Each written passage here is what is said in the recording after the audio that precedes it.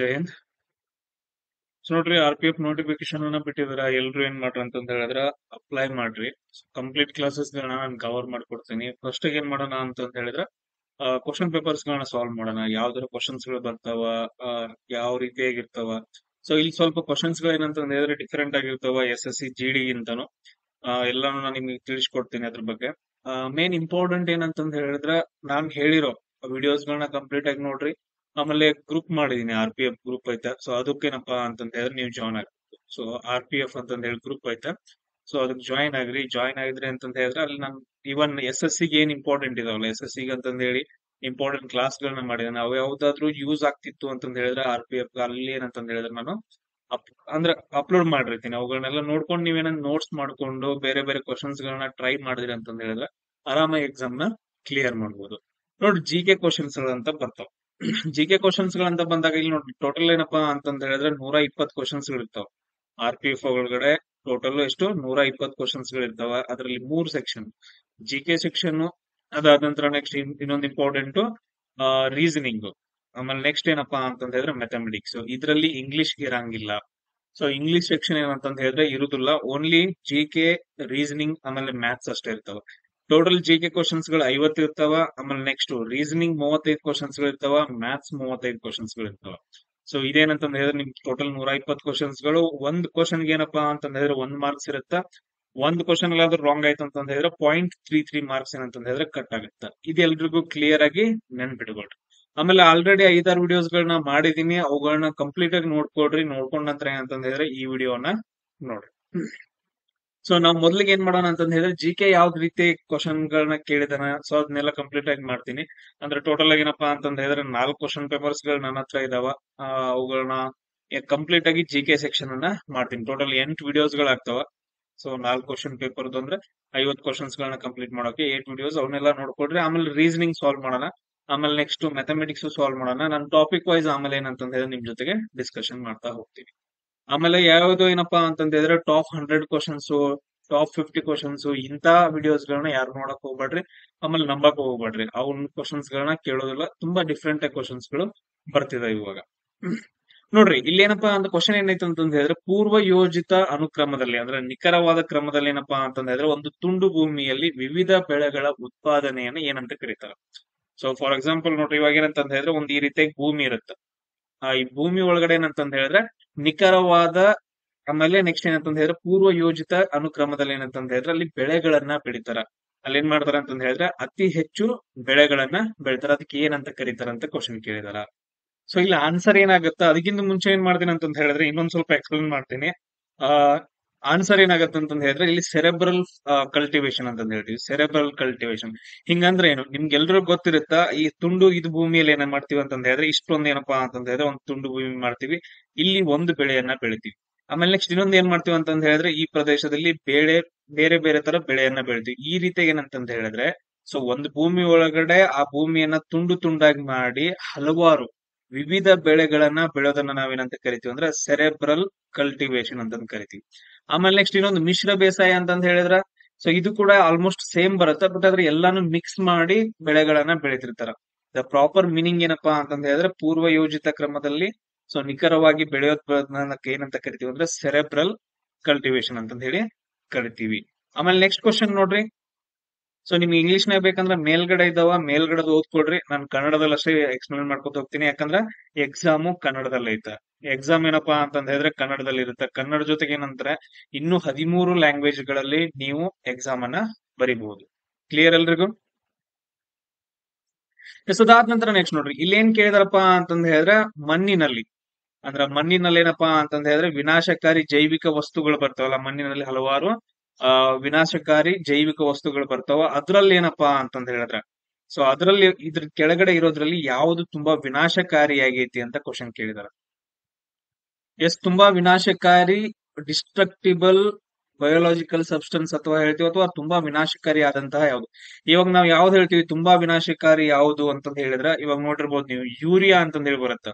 So ಹಳ್ಳಿ ಕಡೆ ಎಲ್ಲ ಏನಂತಂದ ಹೇಳಿದ್ರೆ ರೈತರೆಲ್ಲ ಯೂಸ್ ಮಾಡ್ತಾರ.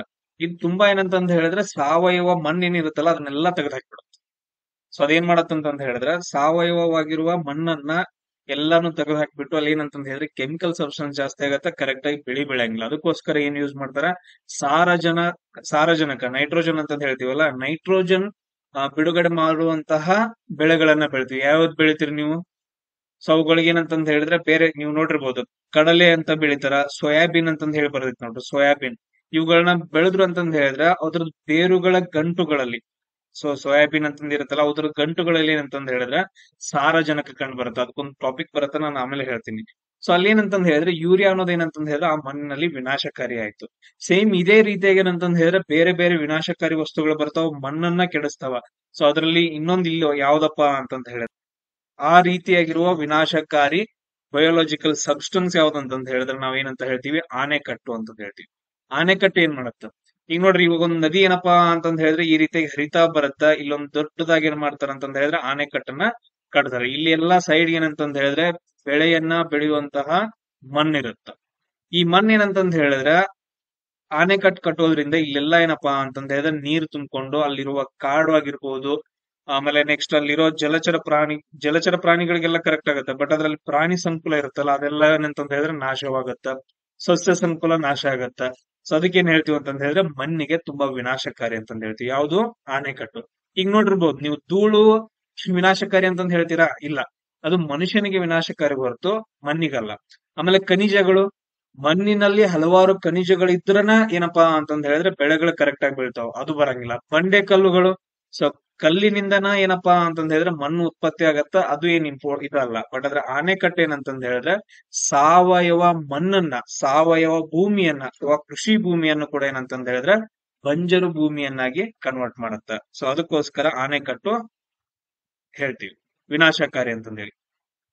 ಸೊ ಆಮೇಲೆ ನೆಕ್ಸ್ಟ್ ನೋಡ್ರಿ, ಭಾರತೀಯ ಆರ್ಥಿಕತೆಯ ಅಂಕಿ ಅಂಶಗಳನ್ನ, ಈ ನಮ್ ಭಾರತ ದೇಶದಲ್ಲಿ ಏನೇ ಬರಲಿ ಅಂಕಿ ಅಂಶಗಳು, ಸೊ ಎಲ್ಲಾನು ಏನಂತಂದ್ ಹೇಳಿದ್ರೆ ಹಣಕಾಸು ರಿಲೇಟೆಡ್ ಏನ್ ಬರುತ್ತಲ್ಲ, ಆ ಕೈಪಿಡಿಯನ್ನ ಯಾರು ಪ್ರಕಟ ಮಾಡ್ತಾರ ಅಂತ ಕ್ವಶನ್ ಕೇಳಿದಾರ. ನೋಡ್ರಿ, ಯಾರು ಪ್ರಕಟ ಮಾಡ್ತಾರ? ಹಣಕಾಸು ಆಯೋಗ, ಆರೋಗ್ಯ ಸಚಿವಾಲಯ, ಯೋಜನಾ ಆಯೋಗ, ಆಮೇಲೆ ರಿಸರ್ವ್ ಬ್ಯಾಂಕ್ ಆಫ್ ಇಂಡಿಯಾ. ಆಮೇಲೆ ಇನ್ನೊಂದ್ ನೋಡ್ರಿ ಸರ್, ನೀವು ನೋಡ್ರಿ 6 ನಿಮಿಷನಾಗ ಅಂತಂದ್ ಹೇಳಿದ್ರೆ ನಾನು 10-15 ಕ್ವಶನ್ ಬಿಡಿಸ್ತೇನ್ರಿ. ಓಕೆ, ನೀವು ಬಿಡಿಸ್ರಿ. ಆಮೇಲೆ ಸರ್ ನಾವು ಬೇರೆದಾರ ನೋಡ್ತೇವ್ರಿ, ಅವ್ರ 10-15 ಕ್ವಶನ್ 20 ಕ್ವಶನ್ ಬಿಡಿಸ್ತಾರ್ರಿ. ಓಕೆ, ಬಿಡಿಸ್ರಿ, ನೋ ಪ್ರಾಬ್ಲಮ್. ನಾನ್ ನೋಡಕ ಹೋಗ್ಬೇಡ್ರಿ ವಿಡಿಯೋಸ್. ಸೊ ಕ್ವಶನ್ ನೋಡಕತ್ರಿ ಅಂತಂದ್ ಹೇಳಿದ್ರೆ ಅದ್ರ ರಿಲೇಟೆಡ್ ಸ್ವಲ್ಪ ಅರ್ಥ ಮಾಡ್ಕೊಂಡು ನೆಕ್ಸ್ಟ್ ಯಾಕಂತಂದ್ ಹೇಳಿದ್ರೆ ಇದ್ರ ರಿಲೇಟೆಡ್ ಕ್ವಶನ್ಸ್ ಗಳು ನಿಮಗ್ ಬರ್ಬೋದು. ಸೊ ಅದಕ್ಕೋಸ್ಕರ ಡೀಪ್ ಆಗಿ ಏನಂತಂದ್ ಹೇಳಿದ್ರೆ ಸ್ವಲ್ಪ ಡಿಸ್ಕಷನ್ ಮಾಡ್ತಾ ಹೋಗೋಣ. ನಾನ್ ಕ್ವಶನ್ ಕೇಳಿರೋದಕ್ಕೆ ಏನಂತಂದ್ ಹೇಳಿದ್ರೆ ಕಮೆಂಟ್ಸ್ ಗಳಲ್ಲಿ ಏನ್ ಮಾಡ್ರಿ ಅಂತಂದ್ ಹೇಳಿದ್ರೆ ಆನ್ಸರ್ಸ್ ಗಳನ್ನ ಹಾಕ್ರಿ. ನೀವ್ ಎಷ್ಟು ಆನ್ಸರ್ಸ್ ಗಳನ್ನ ಹಾಕ್ತಿರಿ ನನ್ಗೆ ಅಷ್ಟು ಖುಷಿ ಆಗತ್ತೆ, ನಾನು ಅಷ್ಟು ಕ್ಲಾಸ್ ಜಾಸ್ತಿ ಮಾಡ್ತೀನಿ. ಇಲ್ಲ ನೀ ಹೇಳ್ಕೊತ ಹೋಗೋ ಮಾರಾಯ, ನನ್ನ ನೋಡ್ಕೋತಾನೆ ಅಂತಂದ್ರೆ ನನಗೂ ಇಂಟ್ರೆಸ್ಟ್ ಬರಂಗಿಲ್ಲ, ನಾನು ಕ್ಲಾಸ್ ಮಾಡಿ ಹಾಕಂಗಿಲ್ಲ. ಕ್ಲಿಯರ್ ಎಲ್ರಿಗೂ? ಇಲ್ಲ ಸರ್ ನಾವು ಹೋಗಿ ಕೋಚಿಂಗ್ ಸೆಂಟರ್ ಅಲ್ಲೇ ಕಲಿತೀವಿ ಅಂತಂದ್ ಹೇಳಿದ್ರೆ 15,000 ಕೊಡ್ರಿ, ಫೀಸ್ 10,000 15,000 ಕೊಡ್ರಿ. ಅಲ್ಲೇನಪ್ಪಾ ಅಂತಂದ್ ಹೇಳಿದ್ರೆ PG ಒಳಗಡೆ ಇರಾಕ 6,000 5,000 ತಿಂಗಳ ಕೊಡ್ರಿ. ಒಂದ್ 3-4 ತಿಂಗಳ ಅಂತಂದ್ ಹೇಳಿದ್ರೆ ಎಷ್ಟಾಗತ್ತ? ಒಂದ್ 18-20,000 ಆಗತ್ತ. ಆಮೇಲೆ ನಿಮ್ ಖರ್ಚು ಅದು ಇದೆಲ್ಲ ಮಾಡ್ಕೊಂಡ್ 1 ಲಕ್ಷ ಖರ್ಚು ಮಾಡ್ಕೊಂಡ್ ಅಪ್ಪ ಅಮ್ಮನ್ ದುಡ್ಡೆಲ್ಲ ಸ್ಮ್ಯಾಶ್ ಮಾಡ್ಕೊಂಡ್ ಬಂದ್ಬಿಡ್ರಿ. ಅದ್ನ ಮಾಡ್ತಿರೋ ಅಥವಾ ಹೇಳಿದ ಕೆಲಸ ಮಾಡ್ಕೊಂಡು ಕರೆಕ್ಟ್ ಆಗಿ ಸ್ಟಡಿ ಮಾಡ್ತಾರೋ ನಿಮಗ್ ಬಿಟ್ಟಿದ್. ನೋಡ್ರಿ, ಆರ್ಥಿಕ ಅಂಕಿಅಂಶಗಳ ಕೈಪಿಡಿಯನ್ನ ಯಾರು ಪ್ರಕಟ ಮಾಡ್ತಾರಪ್ಪ ಅಂತಂದ್ ಹೇಳಿದ್ರೆ ಇಲ್ಲಿ ರಿಸರ್ವ್ ಬ್ಯಾಂಕ್ ಆಫ್ ಇಂಡಿಯಾದವ್ರು ಪ್ರಕಟ ಮಾಡ್ತಾರ. ಯಾರು? ರಿಸರ್ವ್ ಬ್ಯಾಂಕ್ ಆಫ್ ಇಂಡಿಯಾ ಅಂತ ಹೇಳ್ತೀವಿ. ನೋಡ್ರಿ, ರಿಸರ್ವ್ ಬ್ಯಾಂಕ್ ಆಫ್ ಇಂಡಿಯಾದ ಇವಾಗ ಗವರ್ನರ್ ಯಾರಿದಾರ ಅಂತ ಹೇಳಿ ನೀವು ನನಗೆ ಮೆಸೇಜ್ ಹಾಕ್ರಿ. ಸೊ ಇವಾಗ ಗವರ್ನರ್ ಯಾರಿದ್ದಾರೆ? ಹೆಡ್. ಆಮೇಲೆ ಇದ್ರಲ್ಲಿ ತುಂಬಾ ಇಂಪಾರ್ಟೆಂಟ್ ಒಂದ್ ಏನ್ ಬರುತ್ತೆ ಅಂತಂದ್ ಹೇಳಿದ್ರೆ RBI ಅಂತಂದ್ ಹೇಳ್ತೀವಿ. RBI ಯಾವಾಗ ಸ್ಥಾಪನೆ ಆಗತ್ತ ಅಂತಂದ್ ಹೇಳಿದ್ರೆ 1935 ಸ್ಥಾಪನೆ ಆಗತ್ತ. RBI 1935 ಸ್ಥಾಪನೆ ಆಗತ್ತ. ಆಮೇಲೆ RBI ಮೊದಲ ಗವರ್ನರ್ ಯಾರಂತ ನನಗೆ ಹಾಕ್ರಿ ನೀವು. ಸೊ ಇದ್ರಲ್ಲಿ ಒಬ್ರು ಬರ್ತಾರ ಮನಮೋಹನ್ ಸಿಂಗ್ ಅಂತ ಹೇಳ್ಬಿಟ್ಟು. ಮನಮೋಹನ್ ಸಿಂಗ್ ಎಲ್ರಿಗೂ ಗೊತ್ತೈತಿ, ಮನಮೋಹನ್ ಸಿಂಗ್. ಇವ್ರೇನಪ್ಪಾ ಅಂತಂದ್ ಹೇಳಿದ್ರೆ ಒಬ್ರದು RBI ಗವರ್ನರ್ ಆಗಿದ್ರು. ಅದಾದ ನಂತರ ನೆಕ್ಸ್ಟ್ ಏನಪ್ಪ ಆಗ್ತಾರ ಅಂತಂದ್ ಹೇಳಿದ್ರೆ ಇಂಡಿಯಾದ ಪ್ರೈಮ್ ಮಿನಿಸ್ಟರ್ ಆಗ್ತಾರ. ಕ್ವಶನ್ ಗಳನ್ನ ಕೇಳೋ ಚಾನ್ಸಸ್ ಇರುತ್ತೆ, ಅದನ್ನ ನೋಡ್ಕೊಳ್ರಿ. ಆಮೇಲೆ ನೆಕ್ಸ್ಟ್ ಯೋಜನಾ ಆಯೋಗ. ಏನಿದೆ ಯೋಜನಾ ಆಯೋಗ? ಎಲ್ರಿಗೂ ಗೊತ್ತೈತಿ ಯೋಜನಾ ಆಯೋಗ. ಸೊ ಇಲ್ಲೇನಪ್ಪಾ ಅಂತಂದ್ ಹೇಳಿದ್ರೆ ಪಂಚವಾರ್ಷಿಕ ಯೋಜನೆಗಳನ್ನ ನಡ್ಸೋಕೇನಪ್ಪಾ ಅಂತಂದ್ ಹೇಳಿದ್ರೆ ಒಂದು ಆಯೋಗವನ್ನ ಕ್ರಿಯೇಟ್ ಮಾಡಿರ್ತಾರ. ಅದನ್ನ ಏನಂತ ಕರಿತೀವಿ ಅಂದ್ರ ಯೋಜನಾ ಆಯೋಗ ಅಥವಾ ಪ್ಲಾನಿಂಗ್ ಕಮಿಷನ್ ಅಂತ ಕರಿತೀವಿ. ಸೊ ಅದೇನ್ ಮಾಡ್ತೈತಿ, 5 ವರ್ಷಕ್ಕೊಂದ್ಸಾರಿ ಒಂದು ಪಂಚವಾರ್ಷಿಕ 5 ವರ್ಷಗಳ ಯೋಜನೆಯನ್ನ ಇಂಪ್ಲಿಮೆಂಟ್ ಮಾಡತ್ತ. ಸೊ 1ನೇ ಪಂಚವಾರ್ಷಿಕ ಯೋಜನೆ ಕೃಷಿಗೆ ಸಂಬಂಧಪಡುತ್ತ, 2ನೇ ಪಂಚವಾರ್ಷಿಕ ಯೋಜನೆ ಯಾವ್ದಕ್ ಸಂಬಂಧಪಡುತ್ತ ಅಂತಂದ್ ಹೇಳಿ ಸ್ವಲ್ಪ ಮಾಹಿತಿಯನ್ನ ಹಾಕ್ರಿ. ಕ್ಲಿಯರ್ ಎಲ್ರಿಗೂ?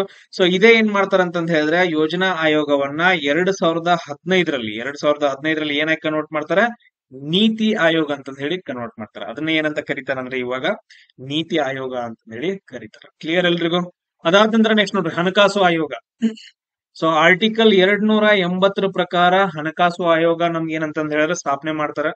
ಆರ್ಟಿಕಲ್ 280 ಪ್ರಕಾರ ವಿಧಿ, ಇಂಡಿಯನ್ ಕಾನ್ಸ್ಟಿಟ್ಯೂಷನ್ ಸಂವಿಧಾನದ ಆರ್ಟಿಕಲ್ 280 ಪ್ರಕಾರ ಹಣಕಾಸು ಆಯೋಗ ಅಥವಾ ಫೈನಾನ್ಸ್ ಕಮಿಷನ್ ಅನ್ನ ರಚನೆ ಮಾಡ್ತಾರ. ಇದ್ರದ್ದು ಹೆಡ್ ಯಾರು ಇರ್ತಾರ ಅಂತಂದ್ ಹೇಳಿದ್ರೆ ಅಥವಾ ಚೇರ್ಮನ್ ಯಾರು ಇರ್ತಾರ ಅಂತಂದ್ ಹೇಳಿದ್ರೆ ಫೈನಾನ್ಸ್ ಮಿನಿಸ್ಟರ್ ಇರ್ತಾರೆ. ಇವಾಗ ಫೈನಾನ್ಸ್ ಮಿನಿಸ್ಟರ್ ಯಾರಿದಾರ ಅಂತಂದ್ ಹೇಳಿ ನನಗೊಂದ ಮೆಸೇಜ್ ಹಾಕ್ರಿ. ಕ್ಲಿಯರ್? ಎಷ್ಟೊಂದು ಪಾಯಿಂಟ್ಸ್ ಗಳು ಡಿಸ್ಕಷನ್ ಆದ್ರು. ಕ್ಲಿಯರ್ ಎಲ್ರಿಗೂ?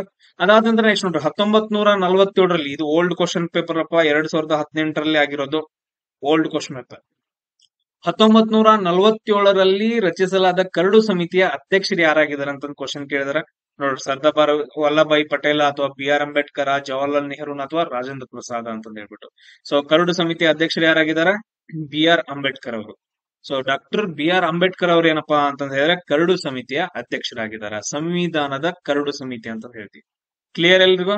ಆಮೇಲೆ ಸರ್ದಾರ್ ವಲ್ಲಭಾಯಿ ಪಟೇಲ್ ರವ್ರು ಏನ್ ಮಾಡ್ತಾರಪ್ಪ ಅಂತಂದ ಹೇಳಿದ್ರ, ನಮ್ಮ ಭಾರತ ದೇಶದಲ್ಲಿ 1947ರಲ್ಲಿ ನಮಗೆ ಸ್ವಾತಂತ್ರ್ಯ ಸಿಗುತ್ತಾ. ಸ್ವಾತಂತ್ರ್ಯ ಸಿಕ್ಕ ನಂತರ ಹಲವಾರು ದೇಶೀಯ ಸಂಸ್ಥಾನಗಳು ಭಾರತಕ್ಕೆ ಸೇರಂಗಿಲ್ಲ. ಅವ್ರದ್ದೆಲ್ಲ ಮನವೊಲಿಸ್ಬಿಟ್ಟು ಏನ್ ಮಾಡ್ತಾರ ಅಂತಂದ ಹೇಳಿದ್ರೆ 560 ಮೇಲೆ 543 ಅಥವಾ 553 ಅಂತಂದ್ ಹೇಳ್ತೀವಿ, 552 ದೇಶೀಯ ಸಂಸ್ಥಾನಗಳಂತ ಬರ್ತಾವ. ಅದನ್ನೆಲ್ಲ ಬಿಟ್ರೆ ನಮ್ಗೆ ಅಷ್ಟೊಂದು ಅಂಕಿಗಳು ಬೇಡ. ಎಲ್ಲಾ ದೇಶೀಯ ಸಂಸ್ಥಾನಗಳನ್ನ ಸೇರಿಸ್ಬಿಟ್ಟು ಅಖಂಡ ಭಾರತವನ್ನಾಗಿ ರಚನೆ ಮಾಡ್ತಾರ. ಅದಕ್ಕೋಸ್ಕರ ಅವ್ರನ್ನ ಏನಂತ ಕರಿತೀವಿ? ಉಕ್ಕಿನ ಮನುಷ್ಯ ಅಂತ ಕರಿತೀವಿ. ಯಾರನ್ನ? ಸರ್ದಾರ್ ವಲ್ಲಭಾಯಿ ಪಟೇಲ್ ರನ್ನ ನಾವೇನಂತ ಕರಿತೀವಿ ಅಂದ್ರೆ ಉಕ್ಕಿನ ಮನುಷ್ಯ ಅಂತ ಕರಿತೀವಿ. ಆಮೇಲೆ ನೆಕ್ಸ್ಟ್ ಜವಾಹರ್ಲಾಲ್ ನೆಹರು. ಸೊ ಜವಾಹರ್ಲಾಲ್ ನೆಹರು ಏನಪ್ಪಾ ಅಂತಂದ್ರೆ ಪ್ರೈಮ್ ಮಿನಿಸ್ಟರ್, ಭಾರತದ ಮೊದಲ ಪ್ರಧಾನ ಮಂತ್ರಿ ಅಂತಂದ್ ಹೇಳ್ತೀವಿ. ಆಮೇಲೆ ರಾಜೇಂದ್ರ ಪ್ರಸಾದ್ ಏನಪ್ಪಾ ಅಂತಂದ್ ಹೇಳಿದ್ರೆ ಭಾರತದ ಮೊದಲ ರಾಷ್ಟ್ರಪತಿ ಅಂತಂದ್ ಹೇಳ್ತೀವಿ. ಆರ್ಟಿಕಲ್ 52 ಪ್ರಕಾರ ಏನಂತಂದ್ ಹೇಳಿದ್ರ ನಮ್ಮ ದೇಶಕ್ಕೊಬ್ಬ ರಾಷ್ಟ್ರಪತಿ ಬೇಕು ಅಂತಂದ್ ಹೇಳ್ತಾರ. ಕ್ಲಿಯರ್ ಎಲ್ರಿಗೂ? ಸೊ ಇಷ್ಟು ಪಾಯಿಂಟ್ಸ್ ಗಳನ್ನ ನೀವು ಇಲ್ಲಿ ನೆನ್ಪಿಟ್ಕೋಬೇಕು. ಆಮೇಲೆ ಜವಾಹರ್ಲಾಲ್ ನೆಹರು ಅವರು ಒಂದು ಬುಕ್ ಬರೀತಾರೆ, ಡಿಸ್ಕವರಿ ಆಫ್ ಇಂಡಿಯಾ ಅಂತ ಹೇಳ್ಬಿಟ್ಟು, ಡಿಸ್ಕವರಿ ಆಫ್ ಇಂಡಿಯಾ. ಆಮೇಲೆ ಡಾಕ್ಟರ್ ಬಾಬು ರಾಜೇಂದ್ರ ಪ್ರಸಾದ್ ಅವರು ಕೂಡ ಏನಂತಂದ್ ಹೇಳಿದ್ರೆ ಒಂದು ಬುಕ್ ಅನ್ನ ಬರೀತಾರ.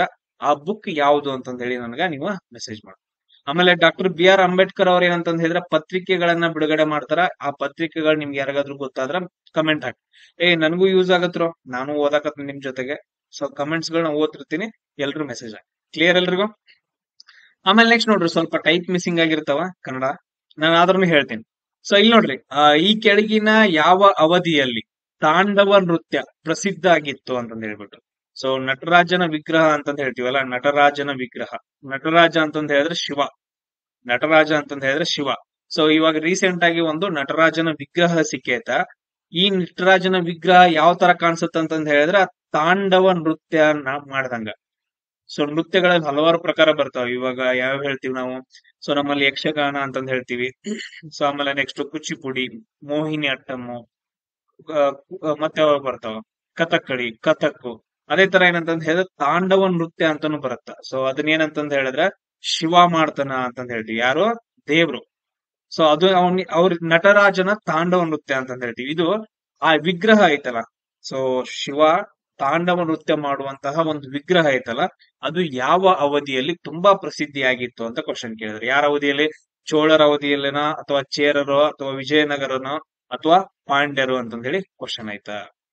ಸೊ ನೋಡ್ರಿ, ಯಾರ ಕಾಲದಲ್ಲಿ ಅಪ್ಪ ಅಂತಂದ್ ಹೇಳಿದ್ರೆ ಚೋಳರ ಕಾಲದಲ್ಲಿ. ಚೋಳರ ಕಾಲದಲ್ಲಿ ಅಂತಂದ್ ಹೇಳಿದ್ರೆ ನಟರಾಜನ ವಿಗ್ರಹ ತುಂಬಾ ಫೇಮಸ್ ಆಗಿತ್ತು. ಸೊ ಅದು ಏನಂತಂದ್ ಹೇಳಿ ನೆನ್ಪಿಡು. ಆಮೇಲೆ ವಿಜಯನಗರ ಸಾಮ್ರಾಜ್ಯ ಬಂತು ಅಂತಂದ್ ಹೇಳಿದ್ರೆ ಟೋಟಲ್ ಆಗಿ ವಿಜಯನಗರ ಸಾಮ್ರಾಜ್ಯದಲ್ಲಿ 4 ಬರ್ತಾವ ಮಂಥನಗಳು. ಯಾವು?